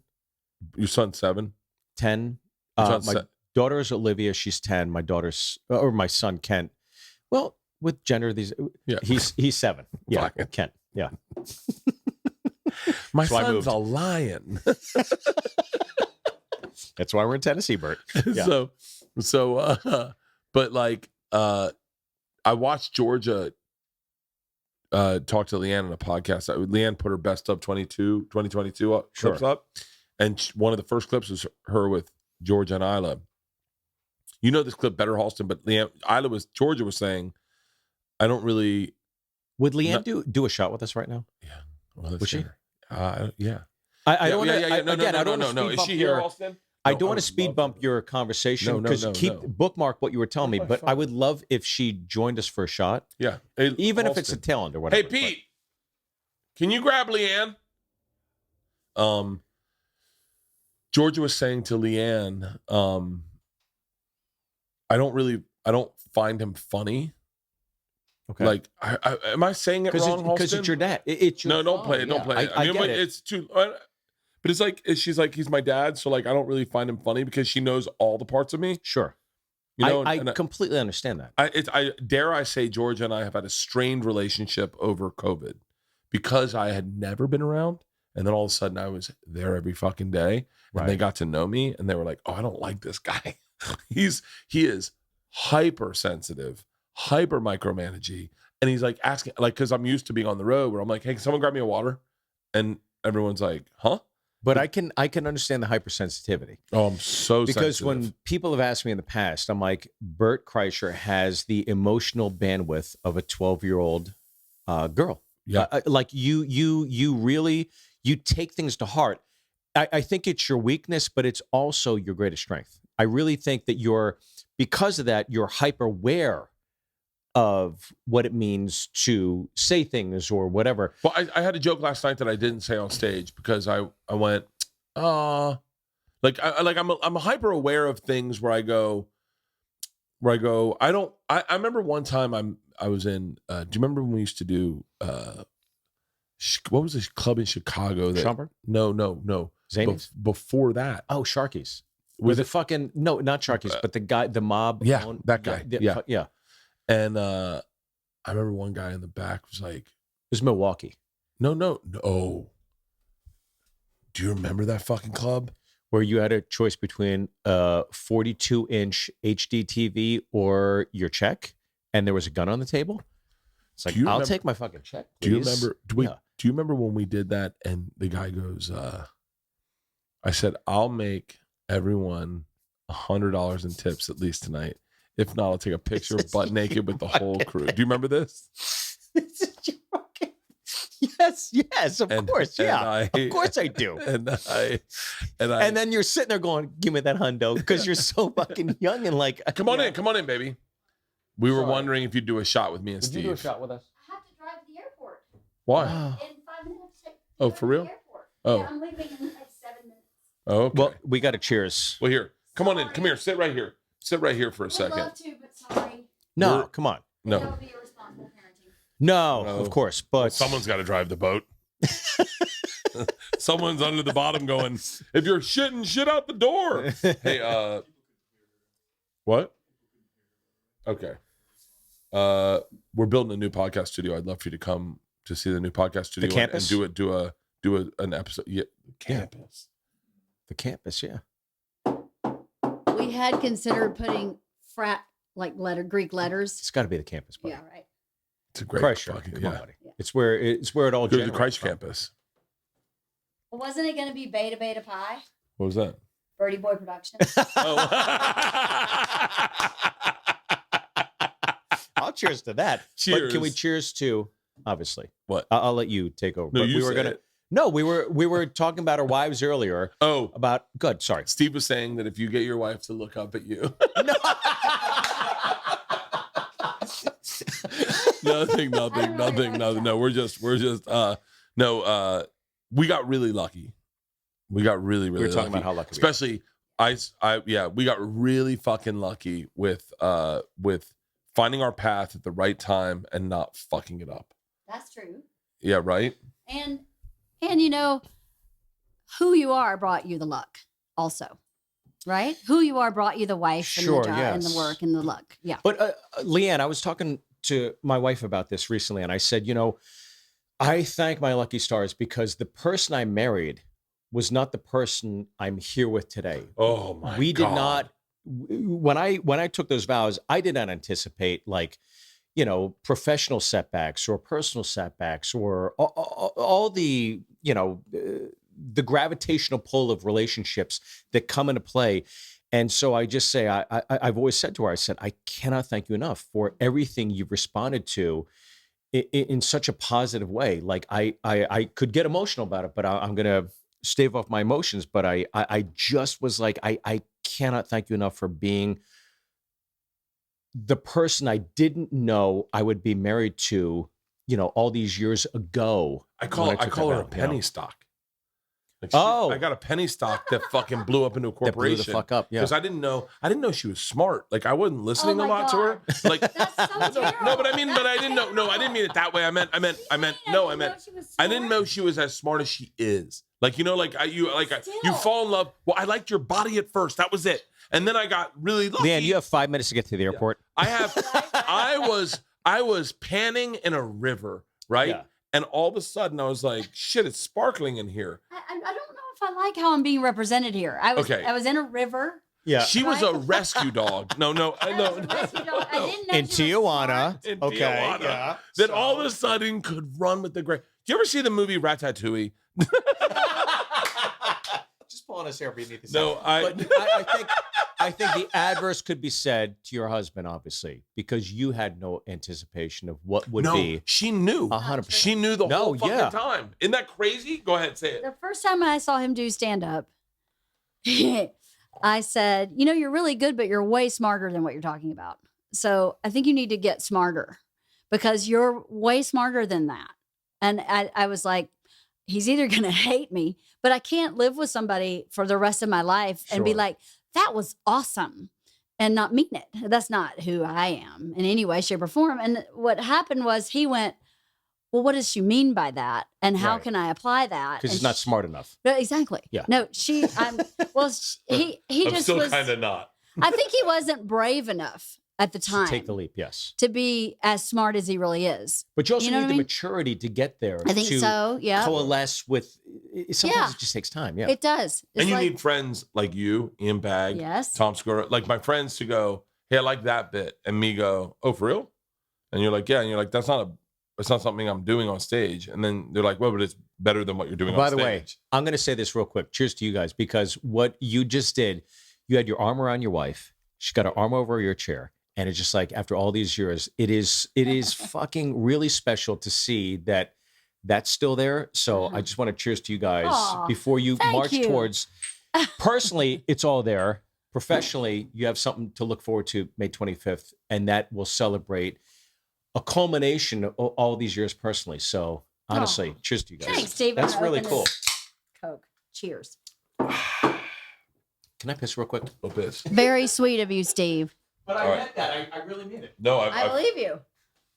I think if there's one person who carries the other person the most, who would it be?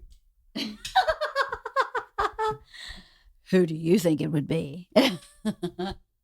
Who do you think has bruises on their shoulders from carrying the other person around? I don't think it's a bruise on a shoulder. I think it's a compressed disc. Some degenerating bones. Some cartilage is missing and or loose. Hey, grab are the girls in here? This house is so full of life right now. It is. I love it. I love it like It's this. amazing. We should adopt a family. We should not adopt them. We should adopt a family or have Peter move in. I don't want Get to someone live with pregnant Peter. and then we raise Get him. Peter pregnant. No, get someone pregnant and Have then Peter get someone pregnant. and then we raise. What time does our next meeting? 4:45. I think. That's our first next meeting? I don't know. Oh, I have no nice. idea. I know I'm going to the airport. I do have to go though. All right, go. One last question. Love you. One last question. Yes. Because let's think about this. So when the film is coming out May 25th, how like professionally? Wait, it's May 25th? Memorial Day weekend. No, but that's the first day of our first date. Is May 25th. Dude, that's it. Are you That's it. fucking I am serious? serious. That's it. I didn't know. Oh, Bert, that's it, Pour dude. another shot, Steve. That is. Pour You another have shot, to Steve. do one now. Hold on. That Are you is fucking crazy. Are you serious? kidding me? Are you serious? I am I was. Are gonna you fucking ask you serious? A question about your relationship. Hold on. Are you kidding me? No, I am not kidding. So wait, Kreischer. you want to hear something fucking crazy? 20 years You want to hear ago. something fucking crazy? Are you kidding me? I started. Right? Fucking crazy. Are you fucking serious? Wait, it gets even weirder, Steve. It gets even weirder. You ready for this? My wife and I met on 9/11. Sorry. We started production. We started production of The Machine. Yeah. Do you remember this? The same week I started at FSU. Are you kidding me? We started production on The Machine the same week I started FSU. We started production on The Machine the same week I went to Russia. We started production on The Machine the same week the Rolling Stone magazine article came out. way. All those happened at one day, and I went, I was in the car with Andrew, and he goes, "This is a lucky week for you." And I went, "Oh shit!" And my movie comes that's not a out on the coincidence day now. I met my favorite woman in the world. You got to take a little off the If top. I'm arrested on the way No. to the airport, Here, I gave you the Here, go like tiniest- this. Go like The tiniest of This? sips. Yeah, sorry. this. okay, Okay. a titch. A So titch. May 25th, Yeah, it was our first date. first date. Yeah, By the way, 21 years ago. I you're guess. gonna have one of the most incredible dates. Personally, Right. it's our your first was reunion. May 20. Professionally, because it's not just his profession; it's your profession as well. Right. It's unbelievable. This could make me This- I love emotional. serendipity. I I'm could a cry, big dude. Right I'm not now. an astrology guy, but I'm a big thing on like lucky days, lucky Of things. course. I'm a huge, Superstitious. very superstitious. 525. 525. Oh, it swings up and down like that. Oh, motherfucker. Campus. Here we go. The campus. Cheers, guys. That's Cheers. unbelievable. That's unreal. It's crazy. Now I do have to go to the airport. Of course, so good yes. to see you. Great to see you. Always That good is to see you. crazy, That is guys. crazy. I didn't know. I knew it was Yeah. Memorial Day weekend, but I didn't know the specific date until That's just now. crazy. Because Memorial Day to me is like the 28th or something like that. Sure. I didn't really think about it. I would know mine. August 7th is Your my first first date? date with my wife. Yeah. Because I got her a iPhoto book and I took all the pictures from our first date and put it into Aw. something on like a year anniversary. So Oh, sweet. 8/7 was my first. 8-7. Yeah. And we're 525. Uh-huh. 525. 02. I think Here we so. go. It's 21 years Here we ago. go. Yeah. Oh, two? Let's roll the dice on Yeah. this. All right. I love you, baby. All right, love you too. Bye, Steve. Have a great time. Bye. Happy New Year. Thank you, too. Congratulations, by the way. God. Thank you so much. So what's your plan for the week? Are you out here for the week? Here for the week. Just trying to promote the special because, you get no support. So just You know? like Yeah. when the film came out, it was like I wrote and directed the opening act. It's like, okay, it comes out. They have no, like, it's just like, okay, do it. Yeah. Oh, okay. Like Jimmy O Yang's off doing another movie. Cedric's doing his show. It's like, you're put upon these complications that you're like, so like, I gotta like, okay, yeah, I'll do everything I can to make this successful. And you do everything you can. And sometimes you just get on base. You know what I Yeah. mean? But I think that that's why I'm so like invested, as obviously from an outsider's perspective, but even more so in this conversation of like, want to see a fucking big win for my buddy. And I think the community. I do and I don't. Like I'm just being honest right Yeah. now. Like I do, and then I go, do I want the scrutiny that like Kevin Hart, Amy Schumer, all those? Like if you had like we were talking about it. Yeah. We were saying, what was that? We did this on the podcast one time. What's like Does Leah train need wreck her glasses, by the way? No, those are mine. Okay, sorry. Oh, those are. fucking mine. I'm sorry. so You had fucking- leopard print. They're Bert. they're for fat Bert? women, I think. You're not And that so- rich. No, these are not. These are Please don't tell me you're that. no. They were the New Year's only Eve readers. with fucking they're the guy from Bravo. And, They're the only okay. readers that cover my. I can see all the readers they make are for women, and then they make plus. So size okay, women. so what do you mean by train wreck? What do you Okay, mean so by like that? if you made $140 million, your life changes totally. Your life changes totally in that all of a sudden everything's greenlit for in perpetuity. Like you can do whatever the fuck you want for like, for 2 or 3 years. okay, 2 or 3 years. But that's in perpetuity for me to the point where we got to open another bottle. I guess.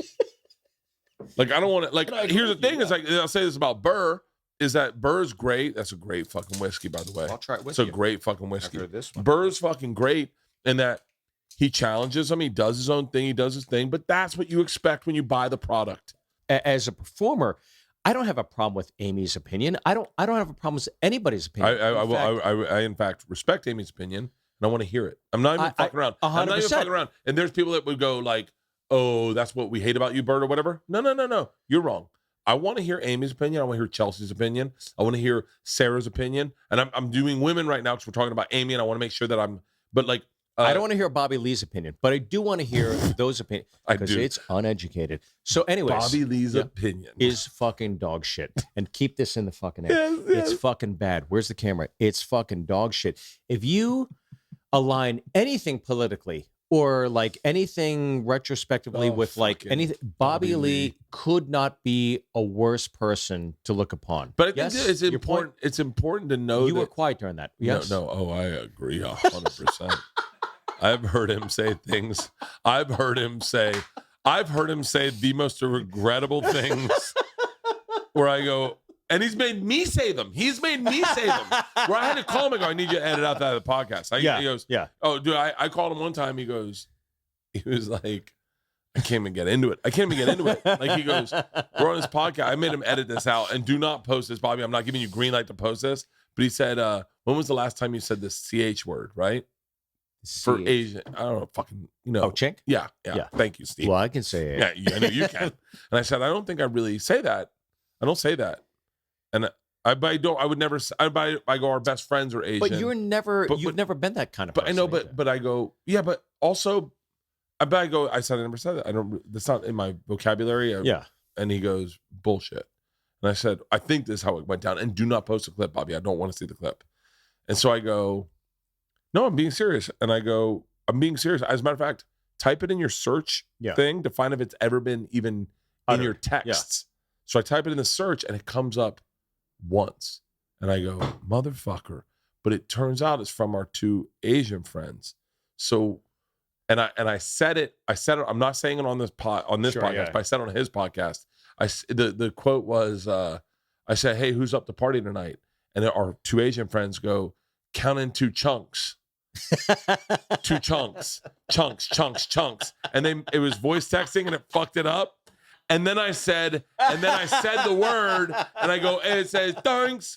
And then I said it like on the podcast, and then I got off the podcast. So I was like, hey man, you can't put that in because I don't want to be the guy that you say it once and then they pull it up on the Instagram and they go, there's no joke attached. It's just Bert saying the word. Sure. And so I was like, gotta take it out.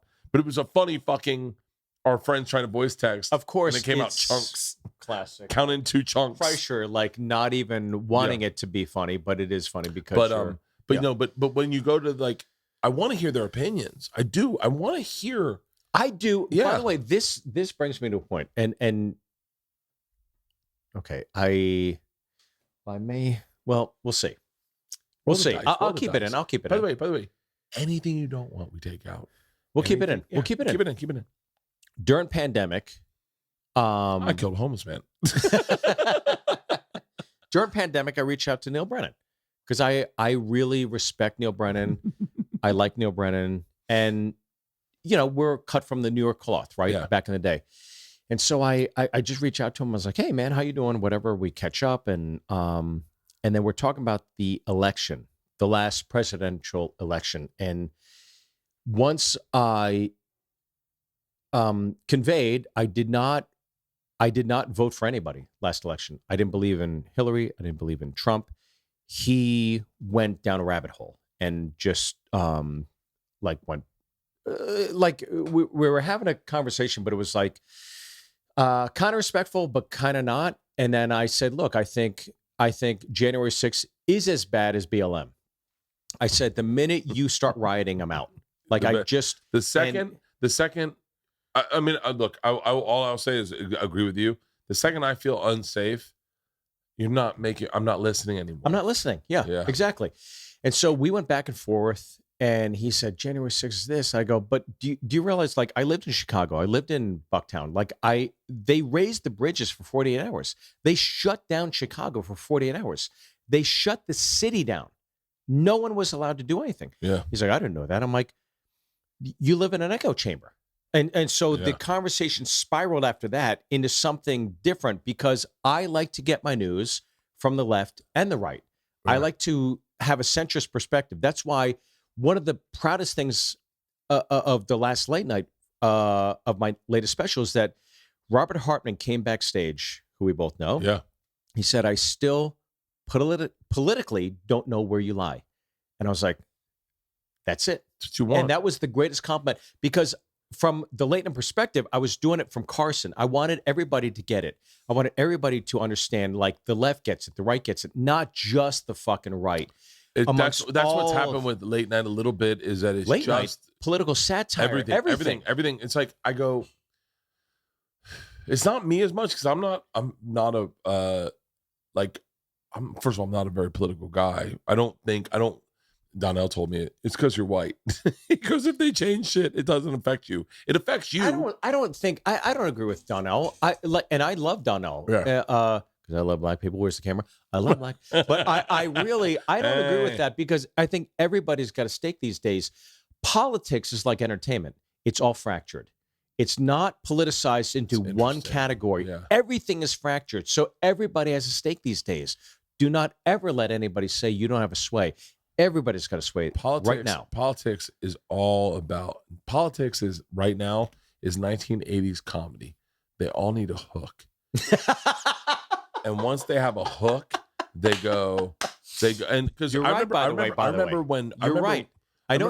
remember saying to someone I was a centrist, and then that was a bad word. And they were like, you can't be a centrist means you're alt-right. That's why Neil and I don't talk anymore, by the way. For real? Because I told him I'm a centrist. He goes, I can't talk to you. If you do not see the evil from the good, I can't talk to you anymore. I but go, it's not Neil? evil from the good. It's like, I grew up. Is it too fucked up to say that I grew up in a community in Florida that is pretty Republican. Sure. And whereas I didn't rebel, but I definitely was not. I was the first kid to want to be a hippie, the first kid to grow his hair out, first kid to, when I got to college, the first thing I did was buy Birkenstocks, a Fish album, Sure. You like The Cure I bought a before Fishbone anybody- album. yeah. I got into The Cure in 9th grade. I got into the Smiths in 9th grade, Susie and the Banshees in 9th grade. And like, I was a little bit, I always liked the outside of things. I always enjoyed it. I was not the guy that discovered it. I was the guy that was presented to. Sure. And I thought it was sexy because I saw, and by the way, I also went to a Hank Williams Jr. concert. But you also saw like what drew you in amongst everybody else. Yeah. So there's nothing to negate that. And then in college, I was that guy that would like, I mean, look, I won't even tell you who I was in college because you'd mock it. But I was the guy who would go to fucking. Tell me the guy who park. in college. There's a park off Monroe. And I was with my girlfriend and I met a homeless guy. Yeah. And I sat and talked to him. Tell me your story, man. And I gave him money and I was like, you need this. I don't need this. See, you're gonna nowadays think I'm gonna mock you, but I can't. I cannot because you are what I said at the beginning of this podcast. You're a genuine human being that experiences. But now I look back and I the go, journey of humanity. Now I really look do. back and I go, what I was. Have you ever seen? This is the fucking greatest. So like, before you tell me the story, cheers, because it's gonna be this one's gonna be bad. All right, I'm ready, buddy. Should we smoke a stogie during this? You want to? I'm gonna tell you something right now. I don't even smoke. I wish to God, Kreischer, you and I were doing the Jameson tour right now because so much has changed since then. Hey Pete, I was so straight laced back then. Pete, can you go to my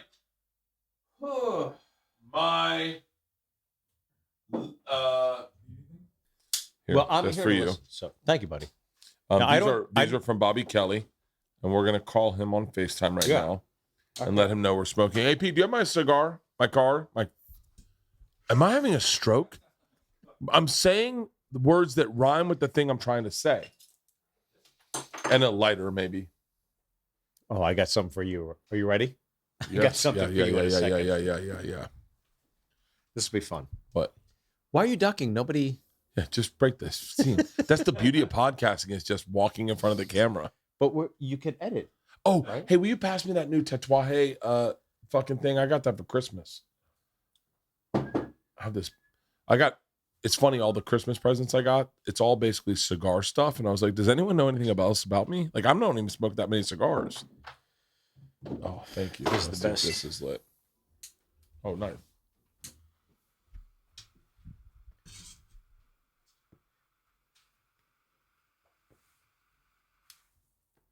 All right. Can I tell you a story? Yeah, please. All right. So, Roll your cigar. Yeah.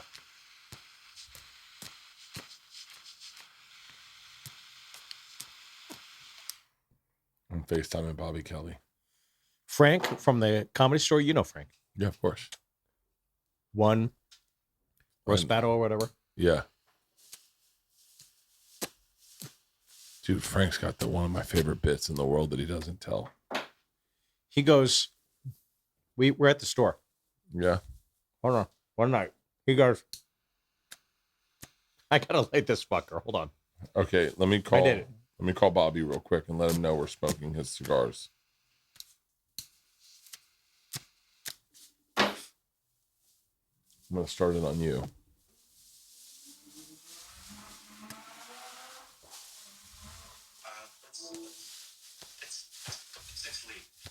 Hey, oh look, it's with Steve Byrne. Oh, Steve.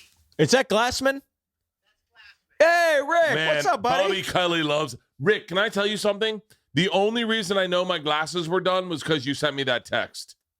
Somebody sent it to me. They never sent it. They never called me and told me my glasses were done. I got that text from you, and then I called them and said, "Hey, are my glasses done?" And they're like, "Yeah, you didn't pick up the phone." I go, "Bullshit." Rick Glassman texted me to tell me my glasses were done. Bert, you know what my nickname is because of this shit? What? Call me the Glass Man. Guys, I think we should hang up right now. That's the best line that's ever going to be delivered. Hold on. Steve. I love it. Oh, what's up, Brett? Dude, the best. Here, By the way. you hold it. Sorry. Who you Brett, talking to? how are you? Who is it? Brett Morin. Oh, what are you guys doing in New York? Yeah, here's what you're not doing. Here's what you're not doing, Bobby. You weren't on their fucking show. So anyway, let's talk to the stars of the NBC show, Brent and Rick Glassman. He hung up on me. Fat piece of shit. Hold on. I'll call him back. I'm going to tell him. Oh, Bobby, you know Show what? him the I'm cigar. smoking your fucking cigar. Put it by the mic. I'm mad at you, Steve. Why? I'm mad at you. Why are you mad at me? You've never came on my podcast when you're in. You never fucking invited me. You got a carte blanche, motherfucker. Oh, carte blanche means you never fucking invited me. Fuck you, Bobby. You lose 50 pounds, you can go fuck yourself. Fuck you. Take it over. He's a piece of shit. Fuck you, Bobby. Carte blanche. Carpla. Hold on, let me Something I would love to be there. Bobby, I'm on a podcast that people are going to see. I'll talk to you later. I was on it last week, so go fuck yourself. Hold on. To promote your podcast because nobody's watching it. I love you. Hey, Bert. Hey, Steve. What's your podcast? Here, hold on. Bobby, it's called What? It's called What? Temple of Doom. It's called Goonies. Temple of Doom. That was a. It's called. The little kid in Temple of Doom. He was the little kid doubling him. Or what are you doing? Are you killing The little fucking? kid. That's a bee. You can't kill a bee. Hey, These are Bobby's. Bobby, is this a new set? Is this a new set? Huh? Where's this at? Is this about the cellar? Just see you later. I gotta go, guys. I All love right, you, Bert. Love you guys. Love you guys. Love you guys. Just hang up. Hey, I just want to show you we're smoking your cigar, Bobby. How good are They're fucking Ask amazing. me. Ask me. Ask Steve. Bobby, these are Southwest of fucking cigars. I love you. I love you. How weird is it that This is we're the best. that's the closest love we'll it. ever get to Don Rickles walking onto Carson's set. Is me and you Look, calling you're- Bobby's podcast and we're Yeah, that's podcasting. right. Yeah, you're right, yeah. Everyone's podcast. He's Call literally Rogan, he's podcasting. podcast. He's like, well, I'm with Elon Musk. So these are Bobby's cigars. Bobby bought them. They're Tatuaje. Can I tell you a story? Yeah, please. I've never told this story on a podcast. Oh, This is not going to be good. This is not going to be good. How do I light this fucker? Where the fuck? by the way, Is that by the the way, lighter? I lit it upside down one time and burnt the fucking inside of this my it? hand. Okay. Because you're You're lit. Try Okay. pulling it. well. Fuck it. You're lit. You're lit. Just lighting it. Your friend's Joe. Yeah. Obviously. Yeah. I I love that pause. acquaintances I love with that Joe. pause. Acquaintances with Joe. Who? Rogan. You're friends with Joe. No, acquaintances. For real? Mhm. You guys all were together at the same time.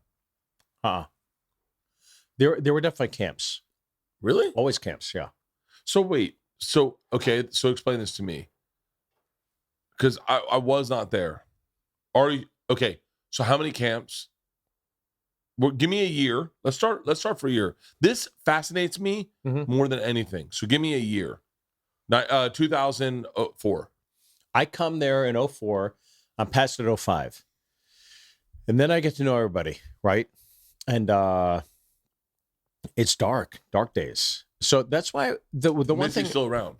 Missy's still around. Sitting in the back. Yo, yeah, for sure. Like kind of like just bummed at the yesteryears with the new influx, right? Because it was not like what we would expect. But there's a weirdness of like Mitzi. It's like there's no middle ground between. It was either like bizarre because Mitzi liked the craziness of it, or like young comics who were trying to like write material and work. 100%. There was like this new breed and an old breed, and the old breed is kind of like, I don't want to say it's like bad, but it's kind of like it feels like archaic to us. But she felt a loyalty to them because they had been there for her during the strike, during all that shit. I don't know. I only met Mitzi once, and she did not like me. She didn't like me.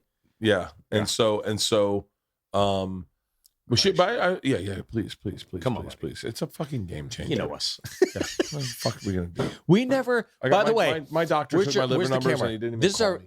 I've known Bert. How long have we known each other? As long as I've been doing stand up.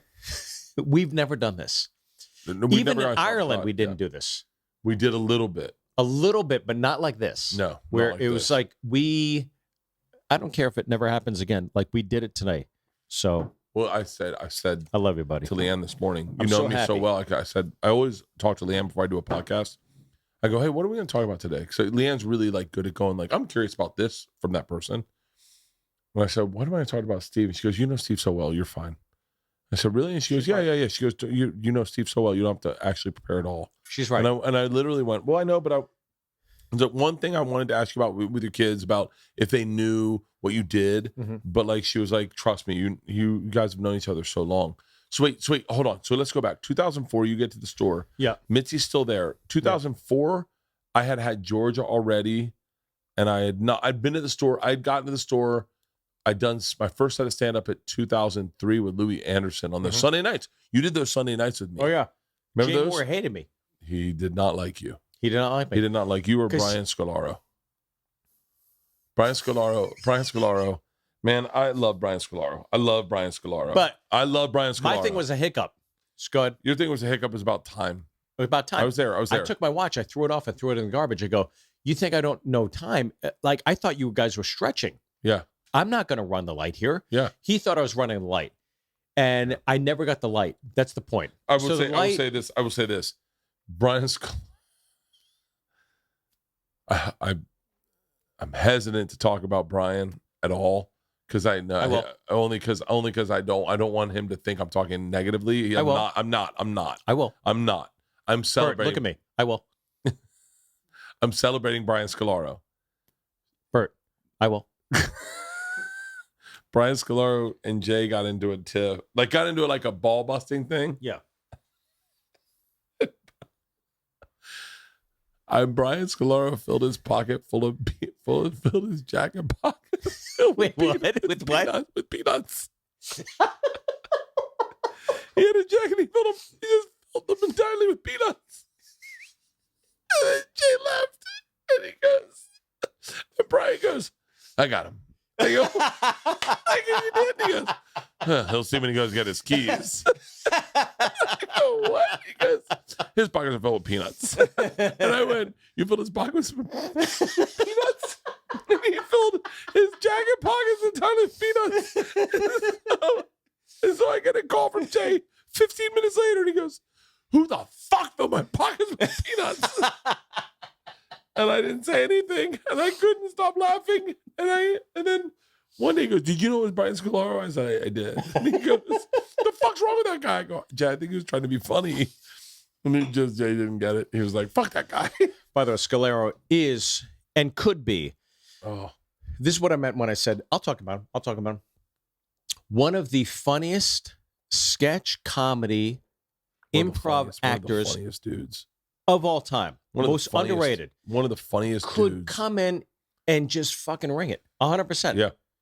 100%. On Love stage, him. destroys the second he gets on stage until the second he gets off.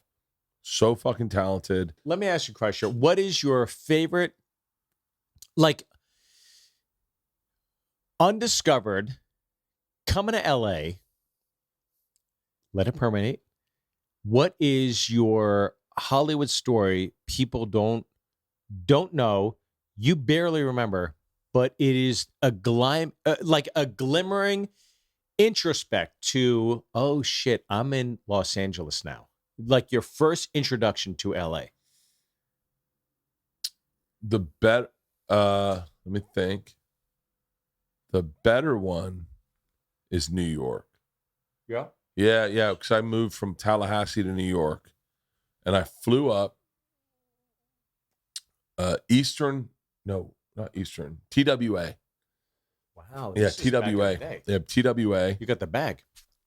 I still have the I actually still have the TWA. By the way, Bobby Kelly's cigars are pretty fucking Yeah, good. pretty nice, I'm right? not gonna lie. Yeah. Guy knows two I wanna things: shit on cigars him. and food. Carbs and food. Yeah. So 80% sourdough. Yeah. we I land in New York, and I'm staying with a guy who's from the Canary Islands and doesn't speak any English. He was my friend's sister's boyfriend, and they had broken up, but I had acquired the spot to stay before that. Yeah. So I stay with him. He doesn't speak, and he's got in a studio on 14th and 3rd. So it's not comfortable. I can't stay there. There's nowhere to sleep other than the floor, and it's his place. So I stay out all night. I bring weed, and I The greatest nights of your life. probably in 100%. retrospect, I was you're dreaming. alive. I didn't have any, like, I was like, it's fucking amazing. By I the get a way, bag real of weed. quick, these have been sitting here for real quick, to anybody in their 20s, early 20s, mid 20s, late 20s. Roll the fucking dice. These are the fucking greatest years of your fucking life. You Go know to the that? Poconos for a week, move in with someone, fucking bet on horses. There's so much shit to do in your 20s. Fucking right. Real quick, let's go viral. Yeah. And this is our message to anyone in their 20s. Good. Start it off. Unprotected sex. No one has AIDS. If There's you're no not- race. There's Yeah. no race. You can pull out your reflexes are quick then. Fucking drink all you want. drink all you want. Do what you want. Do what you want. Shrooms. Now's when to do Smoke. coke. Now's when Do to do it. coke. Do it now. You can fucking withstand the fentanyl. Find Go. out if what your threshold is for mushrooms. Find Yeah. out. By the way, don't take one guy. Take two. Two dudes at once. If you're thinking about you're in your 20s, roll the fucking dice. This is You're when you a fucking live. gamer. This is Fucking you'll- do it. If you said to me, If you said to me, Bert Kreischer, Bert Kreischer, I'll take all the money you'll make on this next tour. all of it. But you get to be 20 years old again. Oh, dude. If you're 20, If there you're are 20. there are millionaires that would give their fucking net worth to be 20 again and start it over. Oh, now dude. I wouldn't. Now don't get me wrong. I don't want to lose what I have. I love what I have. I once had a dream that I went back in time to college, and I traveled in time, and my friends were like, "Oh, you get to do it all over again." And I was like, "Nice." And they're like, "So does your life suck?" And I was like, "No, my life's pretty great." And they're like, "Oh shit. So you've got to redo everything exactly like you did it to get it as good as it was." Right. And I went, "Oh, that's fucking almost tedious." Like that I got to like find the girl that one summer that I wasn't in love with, but hook up with her 20 times Sure. to find out that this isn't what I'm into, that I want a real relationship and I want to fall in love, and I got to find her. But I also have to get high with her and watch Eddie Murphy and decide I should do stand up. like all these things that happened to me in 20, you know? But Bert, here's the thing that you don't realize that I think you should, is that there's somebody out there right now that's 20, that's getting high, smoking stogies, having a little whiskey, Yeah. going, I fucking love Bert Kreischer. I love watching him. That's the guy we're talking to right The now. barbecue I'm digesting still from Dave Williamson, Yeah. right? Like that was the greatest night of my summer. And he's still recollecting upon that, or she is still recollecting upon that. And you provided that memory for them because you're doing it for these people as much as we had all those bands of yesteryear. And so I will say this to you as we march towards May 5/25. Dude, you're the shit. I love you, buddy. I love you more. I love you more. So, but I want to get back to that question. You also have to finish the Rogan story. What was the Rogan You story? started it like 10 minutes did. ago. Your Rogan story. Oh, Oh, I want to go back. Yeah, this is a bad one. that was a tough shot. It's not that a was good the one. shot that puts you over on the. You got to get in the polar plunge. I like Hey, wait. I want to go back. I want to go back to when you got to the store because I'm fascinated by that. But I That's want like to say this. I want to say this before we Okay. do this last shot. Okay. This Last shot? last one. Okay. Well, fuck. I'll do What more. time? Hey, what time? My next meeting? What time is it now? Fucking who knows? 1:30. We're fine. I was out one night with. Hold on. Let me perfect. take a little sipski. It's probably on the, It's dead. But I'm gonna tell you something right now. I was out one night with Vince Vaughn and Johnny Depp. Not trying to be that guy. Hold okay? on. In Chicago. Fucking. This could be, and Stanhope was brought up fucking 30 times that night, and between Johnny Depp, by the way, by Johnny Depp, and I was like, fucking right. And Stanhope, I saw him in Pittsburgh like 3 months after that because I always seen him, you know. Yeah. And the greatest line I heard from Stanhope is like, "There's a lot of comics who do a lot of humor. The difference between men and women, blah, blah, blah." He goes, "Here's the difference between men and women. One of them is not on my shows." And I just thought, fucking A, I'm in. I was always in. But it's like, that's the fucking stand shit. up back with Johnny Depp. I have a script for Johnny Depp. Like I have the script for Johnny Depp. It's going to happen, by the way. By the way, I'm a ride or die for that motherfucker. I was a ride or die during the whole fucking trial. I was In my like, special, I fucking went all in on him. I love Johnny Depp. I love Johnny Depp. I love He's Vince the Marlon Vaughn. Brando of our generation. Well, hold on. Beyond. Let's celebrate for a second. To Johnny Depp? To Johnny Depp. What? Hold on. To May 25th and Johnny Depp. Okay? I thought you said January 6th. To May 5th, 25th. I wonder if we can get Johnny Depp at my premiere. I wonder if we'll have a premiere. We have to have a premiere, right? Kreischer. Yeah, it's got to have a premiere. 100%. Dude, by the way, before you raise this glass, every comic in the world is coming out for your fucking premiere. Do you know why? Why? Because where's the camera? Can you Right zoom there. out? Yeah. Zoom in? Zoom in. Perfect. Over my Perfect. years It's an old in Jeff comedy, Ross. I Can you lower the lights swear, a little bit? Perfect.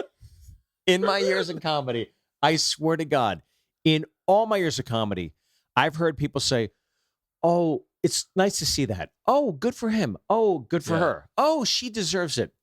Across the fucking board, 100%. There's not been one comic more from a tour minor league ballparks to a summer tour to XY. Like, you've done so much that every comic across the board has gone, "I fucking love Bert." And so when your film comes out, I feel like personally it's a culmination professionally and personally for you. You're going to fucking crush it, buddy. Cheers, brother. Every comic To in the Johnny world is Depp. going to retweet Johnny all that Depp. stuff to Johnny Depp. Okay, we love you, buddy. Vince Vaughn. Can I piss real quick? Yeah. Can I piss real Yeah, quick? yeah. Okay, hold on. It's still not like that. I'm sorry, guys. So wait, I would say this, like when we talk about Johnny Depp, like I'm a ride or die for that motherfucker. All right, light it up. But I think also, there you go. How do I like this? You just pull the side. Vince Vaughn's like that for a lot of us. I think he when you talk about Dove, I think Vince Vaughn defined a lot of people the way they act. He loves comedy, by the way. I met him one time with you and his sister Victoria, Yeah, and She's his super. I think his wife. Kyla. Yeah, I think I met them with you, and he was like the sweetest fucking guy. But he's one of those guys that you We want gotta to have it impress. You No. light it from there. Light it from there. Light it from there. You had too He's much the action. guy on it. that like you just want to. Can I tell you my brownies? Danny Brown story. Danny Brown, Oh yeah, the rapper. yeah. Please. There you go. Danny Brown, the rapper. Yeah. What's your story? Austin, Texas, right? Yeah. So I didn't know who he was. No clue. Yeah. No idea. I don't. You know me, Bert. I Yeah. like Oasis I know that. a lot. I tried love to reach out Oasis. to Liam Gallagher at a party when I was in whatever that is. I'm going there tomorrow or 2 days. I go to Europe, and I was trying to fucking party with one of the Gallaghers. Dude, we got to. Liam or Noel? Which one? Liam's the fucking. Liam's the fucking cool one. Liam's the one that throws fucking hands if he does not happy, right? Oh, yeah. Yeah, that's one I want. Liam's the one I want. The fucking greatest. Oh yeah, Liam Look at him. Gallagher. Look at him. But by the way, this is how big of a fan I am. That picture was from a helicopter accident because I follow him so much. He had an incident with a helicopter. Got hurt there. It's not from a fight or whatever, but Danny Brown, I'm in Austin, Texas, doing Vulcan Gas Company. Yeah. Doing shows or Kill Tony? Shows. And so what? I know this story. I know this story. You know that? I know this story. Keep going. Keep going. You tell me. No, about no, it. no, no, no. I'd rather hear it from you. So I'd rather. So let me tell the story because I know Danny. I don't know Danny like well enough to like. Where's your camera? Is it this bad boy? I've done stand up for 25 years. Very few nights isolated I could remember and go, oh, I know that night. This night, it's crystallized. So you're fucking around doing crowd work. Okay, so here's the thing. Good. Yeah, I'll let you finish, and then Perfect. I'll tell you my perspective. Good. Crowd work, yes. And Danny's in the front row or whatever, or Yeah. second row, and you Yeah. start busting his balls. Sure. Looks like a confident, like cool black dude. Sometimes when you do stand up, you go, I don't want to fuck with the guy that's in the wheelchair. I want to fuck with the guy that looks cool because I know that guy can take it. Mhm. And you start talking to him. I don't know about something about a white chick maybe or something. So I go do this thing that is if you watch my special, The Last Late Night, it is the second commercial break. Commercial breaks in it, I said, let's do crowd work, but there'll be pre-planned bits, right? So Wait, I had are this you bit special? where Are you special? no, he's Okay, not. okay, but okay, yeah. but in the special, most people are willing to just go, oh, what? Okay, yeah. So in the special, I'm just fucking around to make a point about diversity. And I think diversity, at the end of the day, in Hollywood is like a crock of shit. Yeah. Because diversity to Hollywood is black people. And there's not Latinos, there's not Puerto Ricans, not Dominicans, not Asians, not whatever. Go down the line, right? So I'm just making a point to say diversity is bigger than just one entity. You can't just Well, in Hollywood, you're definitely, by the way, for the record, as a white dude, you as a Asian dude are definitely allowed to say whatever the fuck you want about diversity. well, Keep not going. really, no. But I but think so. I think so. I think your perspective is insightful. As a white dude, I'm listening. So keep going. Keep going. insightful. But yes, Yes. but I'm not going to take the onus to go. I'm the conduit of diversity, Yeah, right? yeah, So yeah, that's my yeah. point, right? So Danny Brown's there, and if you watch the special, you'll see literally the bit in perfect form. It is taking a black individual from the crowd, setting them up, going to a white individual in the crowd, and saying, "Okay, now we're going to flip it back to them." Yeah. And here's the point. The point is that diversity is more than black. It's also Asian. So the question is, hey, here's the bit. I think I know the bit. Keep going though. The bit is, you're black, diversity. Okay, white guy. How many black guys do you have in your cell phone? He goes, well, I got 3. Then I turn it back on the black guy, go, fuck this guy. He's a piece of shit, right? And then I flip it on the black guy going, how many Asian friends do you have in your phone? Yeah. And then the crowd goes, oh, okay. And then the black guy realizes, oh, I have no Asian friends in my cell phone, right? So that's the point. Yeah. The whole point of it all.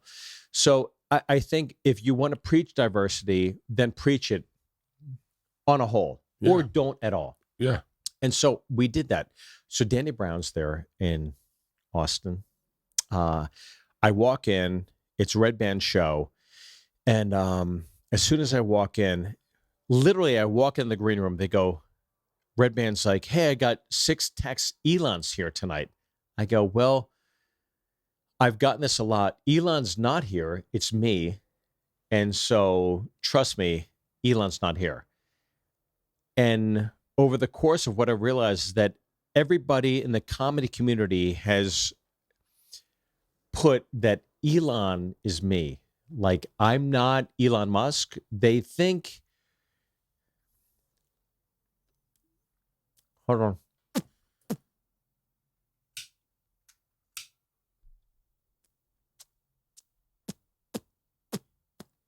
Wait, I'm so confused. They think, hold on. They think you're Elon? Oh, yeah. Bert, Oh my God. hold on. Ready? They think Elon Musk is me. They think Elon Musk just went up and did stand up and was like, Oh, yeah. They go, hey, Elon's here. I go, Red Band.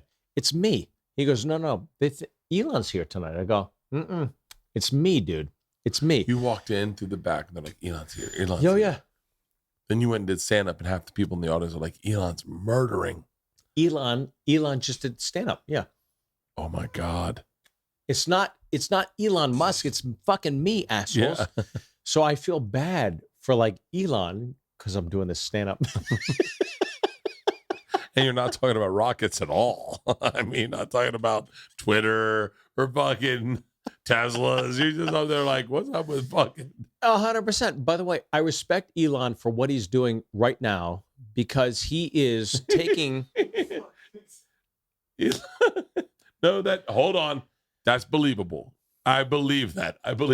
Especially in a fucking hat and a fucking jacket. You're like, Elon looks good. The end of my special is my wife saying, oh, it's an Asian Elon Musk, right? Yeah. So it's obviously not me. So we do this shit, okay? And then Danny comes backstage. Danny right? comes. No. Here's what happens. Okay, to walk you through the fucking verbatim, like the beats of it, right? I do the show. I pick on a black individual in the crowd, and I make them a moment in the show. And Danny Brown was neglect of it, right? Neglect of it. What does that mean? He was not participating. Okay. Yeah. I don't want this shit. Okay. Yeah. Okay. Fine. It's fine. We come, as I get off stage, Danny Brown puts his arm around me and pulls it towards him. He goes, hey, motherfucker, what's up?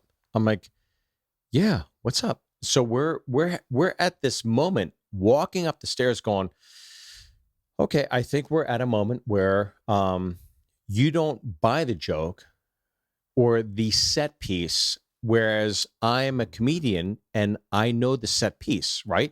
Yeah. And I go, okay. So I shrug him off and we're walking up the stairs and I say, look, my friend, if you want to buy a drink, I'll get you a drink, whatever. Let's Figure it out. Make Talk it about it. night. Yeah. Because I would always rather somebody, to a point earlier, have fun tonight. Yeah. Don't go home like jaded, you know? Yeah. He doesn't want any part of it. So I go up on stage. Then I get a text from Red Band in the green room. All of us are sitting there. Ron White, Rogan, Red Band. Hey, if he doesn't understand what's happening here, it's going to get Detroit in here. whatever Detroit, like he's Danny Brown's from Detroit, right? Is he really? So, yeah. So then it's becoming a thing, and it's like, I don't want this to become a thing. We're just here to obviously, we all have the same friends. Yeah. Yeah. tell jokes. We're goofing off, whatever, and then it spirals. It spirals in 3 minutes. Like 3 minutes, it just becomes a thing. And Rogan goes, "Get Danny back here." Danny comes back. I said, "Danny, look, it's not a thing against you. I don't know who you are. I appreciate you. I respect you. And we're going back and forth." And it becomes a debate for 20 minutes. So we're all talking about this moment in time. And then what ends up happening is that it gets to a point where I go, "Danny, I'm not going to apologize for what I say on stage," because at the time, it's a bit I'm working on. I can't. Look, I don't know. Can I tell you this? Yeah, please. Can I tell you what culminated? Yeah. How this all manufactured into the Cigar precipice? showed up in a Porsche. He's like, zoom, zoom, zoom, zoom. Danny Brown put his arm around me and said, "Hey, man, maybe I'm being too sensitive. Maybe I'm taking it to the umpteenth level. Like, let's just have a good night." I go, "That's what it's all about. It's just comedy, dude. That's It's Danny just Brown. Fucking That's comedy." Danny Brown. We put our arms around That's each other. Danny Brown. That's Danny Brown. See, We the whole both- time I'm hearing the story, I'm going like, I would love to hear Danny's side, because I know there's exteriors that can be in the story like this where you have to do certain things and you have Sure. to feel certain things. That, like, the whole time I've known Danny Brown, I don't know Danny very well at all. I do know he's funny. Mhm. I do know he's got a good sense of humor, and I do know that Tom loves Danny, and more importantly, and this is the thing, is that Danny is a YMH fan. Yeah. Like, he loves Tom's podcast, Tom's YMH Your Mom's House podcast. Sure. And that podcast is Fucking great. that podcast. If you're going to say I get offended, you also cannot be a fan of that podcast. That's not how that Yeah. works. That's how that works. That's not Like, how it works. That's not how it works. You can't. It's a great Just for the record, and I'll say this to the camera: if you get offended, you are not allowed to listen to Your Mom's House. That's how that works. Because that podcast, dude, Leanne gets offended by that podcast. I go, "Baby, they're our best friends." She goes, "I know, but some of the stuff's not about." I go, Stop, don't fucking shut your fucking mouth. That's our friends.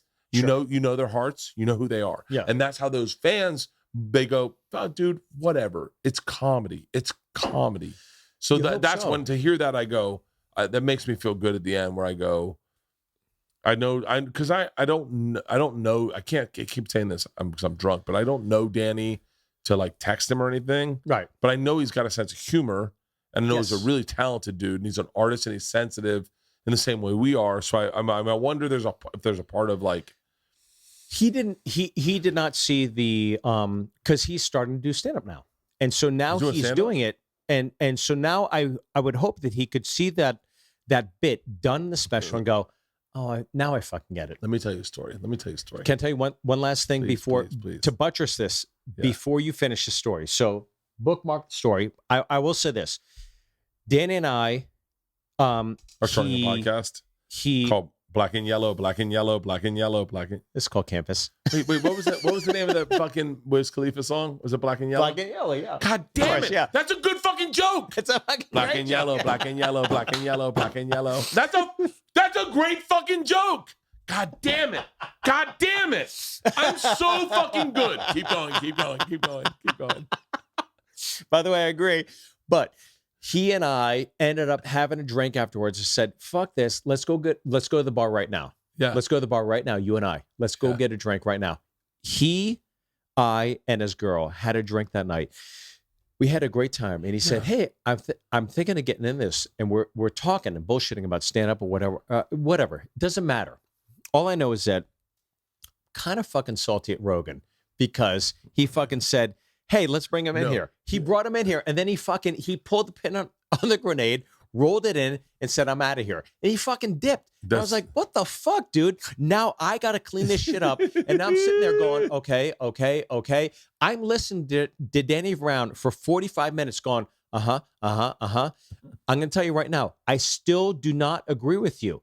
I don't agree with you. And we're sitting there, and we come to this moment, and we go, I will not back down, because when I'm on that stage on a Tuesday in fucking Austin, I will not negate the fact that I'm working on this bit.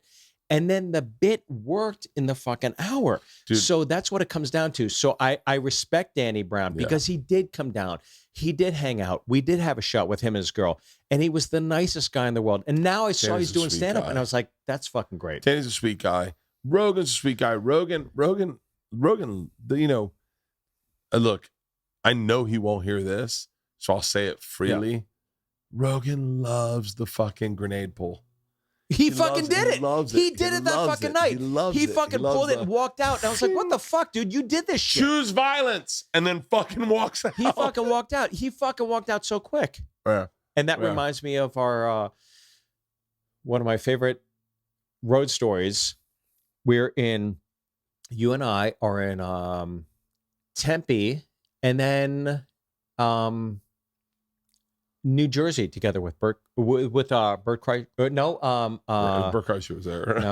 No. Sorry. Oh fuck. Sorry. Butch Bradley.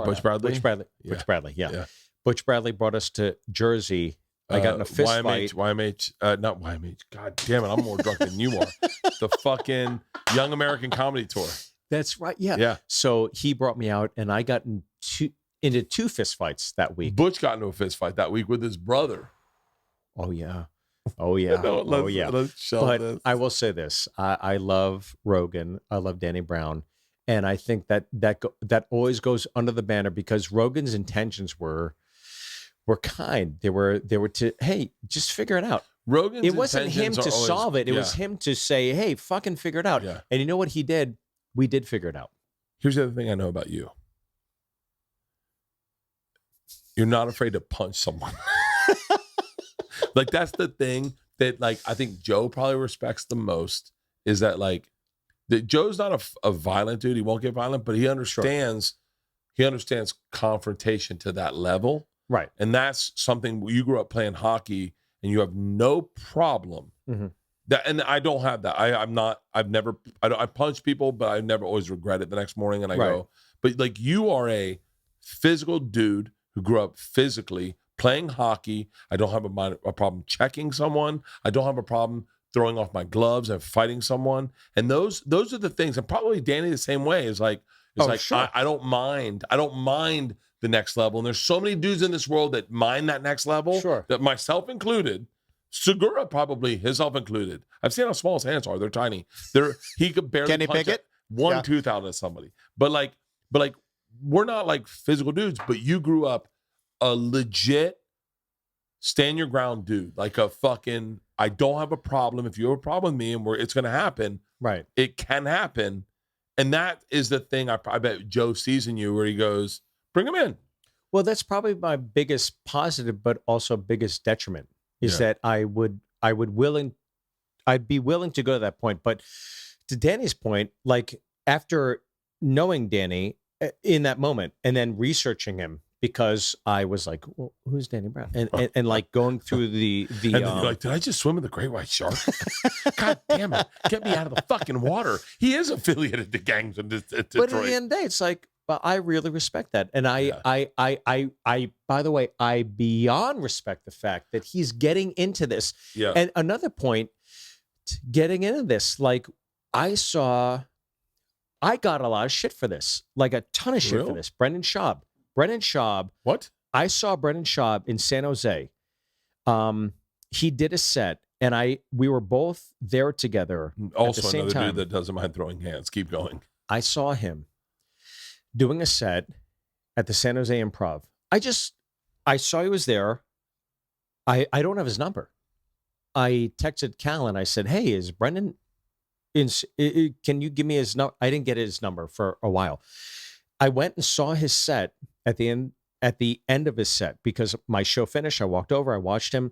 I was like, holy shit. Like, I know he got a lot of guff, right? I know he got a lot of shit. And this is all drawn to a moment. So just I saw him do a set, and he had the crowd in the palm of his hand. He actually had jokes, right? Yeah. Now, I had not seen him prior to. I didn't watch his Showtime special. I didn't watch all this other shit. What I saw was somebody that, over the course of my years, my perspective was, I saw a guy that was at the Comedy Store night after night after night after night doing the work, right? Yeah. Like somebody would, like a professional fighter. You're in the gym. He's doing the work. He's getting the reps in.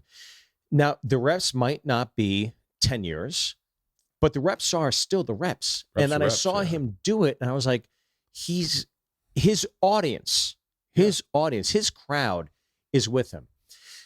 And there might be 25% that never heard of him, that just came out to a comedy show, right? Yeah. That just saw him doing stand-up. And I was like, he's doing it. He's really genuinely doing it. And so I tweeted something on social media like, wow, he really fucking did it. He really did the work, because I saw it. And then he had this culmination of a moment where, like, in the moment where you're doing a closing bit, like, he had that audience in the palm of his hand. So it's like, that was really special to see. And I was glad to see that moment. And I talked to him for 4 minutes after the show. And I have maybe talked to him 10 minutes in my life, but I saw somebody do something and do the work that it mattered in that moment. And I got so much shit for it, but I was like, So much shit from who? The internet? Well, of course, yeah.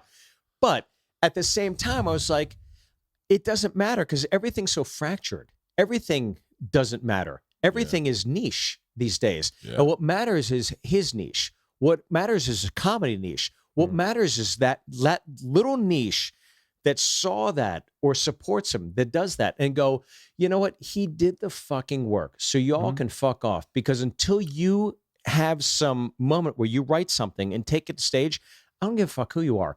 Yeah. He genuinely did it, and I appreciate it. Brendan is, I'll say this, definitely not afraid to say this on record, the sweetest guy I've ever met in my entire life. The nicest. The sweetest guy I've ever met in my entire life. Never said a bad word to me, about me. He has always looked out for me. He's a friend, 100%. Yeah. And by the way, I was not where he was at 2 years in comedy. I was agree with definitely you, not by the way. there. And I will never be a NFL player, UFC mixed martial artist, contending for the championship belt in heavyweight. Yeah. Nor will I be, honestly, I don't think my podcasts are where his podcasts have been. Yeah. And I have no bad words to say about him. And I understand that there are people that find it to be an easy target. Of course it is. It's and so easy to shit on that. I understand that. I get that. I do get that. I do understand some of the nuances. Like, I've heard some of my closest friends critique him, and I understand the critique.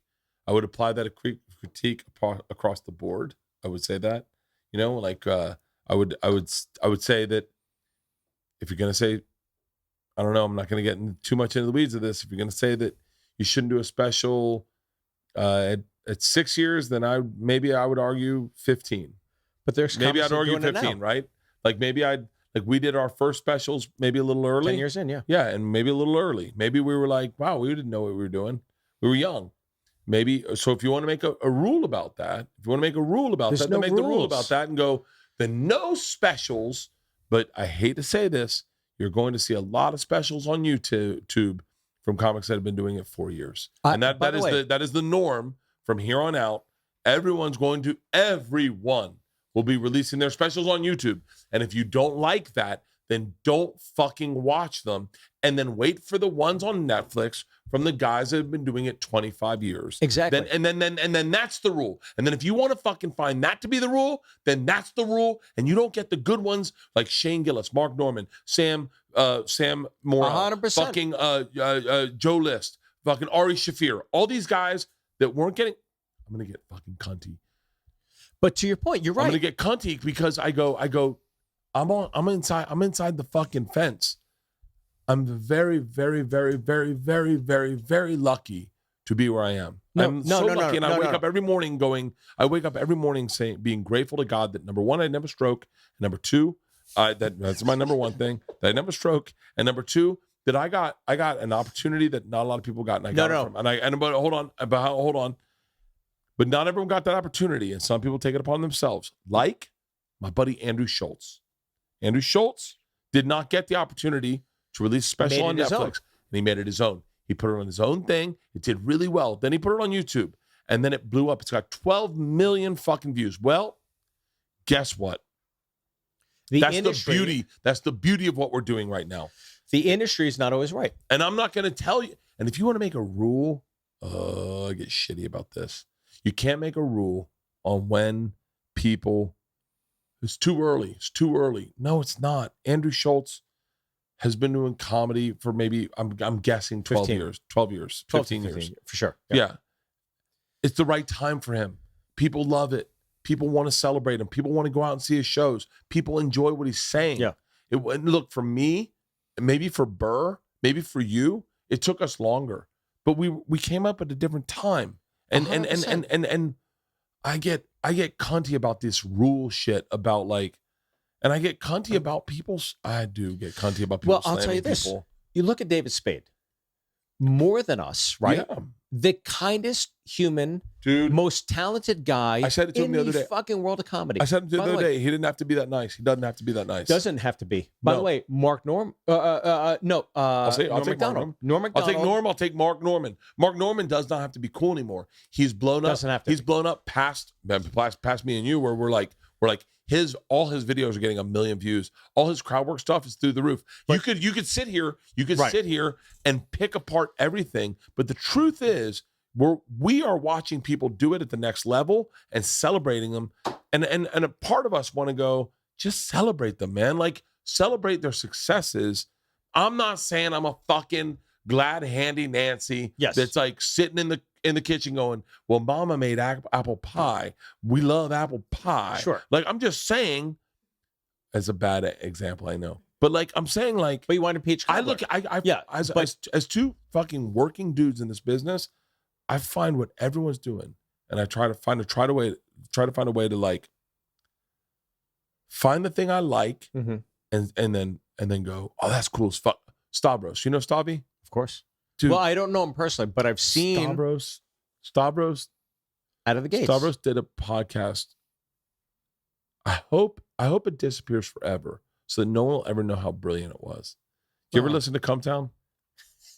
Come Town, his podcast, Come Town. Nick Mullen, Andrew, Adam, was so fucking funny. Yeah. And so irreverent. It's crazy because it just depends on the branding, right? It depends on a moment in time, right? Yeah. Like, we all have these little moments, but then you look at the Garbage guys, right? Are you Garbage? Like, dude? They tried multiple times to on their own to make things work, and then it comes with a culmination where it's like, now it works. Look at me and Tom. Me and Tom, look. We were, okay, successful. Like, we could sell some tickets. Sure. But we did 2 Bears, and then for some reason it clicked. Right. There were people that didn't like it, and we definitely accidentally purposely alienated people definitely early on. We didn't mean to do it, but we just did it. Right. But like there's people that can watch it and write off one of us. And both Tom and I go, well, if you write off one of us, then we hate all of you. Because we're a team. Sure. Like, if you think, I mean this honestly, if you think Tom is mean to me, then you're missing the joke. If you think I don't let Tom talk, then you're also missing 100%. The joke. Like, it's part of our fun of being friends is the thing that makes us work, is the thing that makes us broken. The broken thing makes us work. Dude, I get so bummed out. Like, especially I get hardcore when people attack Rogan from his podcast about whatever the fuck. I remember when they were like talking about the vaccine shit. And I was like, have you never listened to him? Of course. Joe's the guy that told me at a very young age I need to be in a polar plunge for 5 hours a day. And I'm like, I've never listened to him. I've never listened to the guy. Sure. He's my friend. I've never, everything he's ever said to me, I just go, it's Joe Rogan. Sure. He's a fucking great comic. He's a great brain. He's a great thinker. He has a ton of questions, but he's not my fucking Bible. Well, to your point, and I hope you don't take this the wrong way. I won't. Bert, I promise you. I won't. I swear to God. First. There are, okay, here we go. Cheers. Dude, this is one of the funnest times I've This is had. the best. This is the best pot. This is one of the best. Can I tell you, man? I'm so glad I didn't drink a ton last night. Oh shit, it's my agent. Hold on. Okay, here we go. Hey, what's up, buddy? I'm on my watch. Are you there? Hey, bud. Hey, what's up? I'm doing a podcast. It's the best podcast I've ever done in my life. You know that, right? You know that, right? You know I that. don't. Yeah. But I will say, this you play me perfectly. You know my brain perfectly. not. You know my brain perfectly. I did Because you know not. what? You know what excites me, and you know the did things. not, You dude. know me so fucking well. You know me so fucking well. There's no way that's lit. No, I swear to God, I promise. All right, let's get you to George Lopez. You got to do Lopez. No, I will stay here for another hour. I don't What's care. his? It's called YMH or not YMH. OMG or something. OMG. With George Lopez. George yeah. Lopez is a badass motherfucker. By the way, not a lot of people know this, but I don't think people did the homework. He got everything that everybody said Conan was. Yeah. He was. Everybody, Conan is the fucking victim. Lopez was the fucking victim. If you do the fucking homework, if you see everything, if you go through the metrics in terms of ratings, Yeah. like George Lopez was the true victim of all those late night wars, which, by the way, are fucking done. Nobody brings them up anymore. Yeah. But I just want to say this before we maybe In closing, there isn't a comedian I could be happier for everything to happen, like literally a culmination of like success, because you've done it on a professional level, you've done it on the comedic level. And I believe, as you know, it's not my cardiologist. Keep going. I believe as you know, that everybody in the comedy world, CA, ICM, all these people, Yeah. they go, oh yeah, he's fucking, but there's the other faction of feature films. Oh, what the fuck is that? They don't know who we are. They don't give a fuck who we are. They don't give a shit who we are. They don't know who, XYZ is. Yeah. I don't want to say names, but I'm just saying that to Tom's point, when he pulled you aside like a year, 2 years ago, 3 years ago, 2.5 years ago, and he says, hey man, you have the burden of responsibility. Like that genuinely is true. And I don't think people realize what's going to happen May 25th.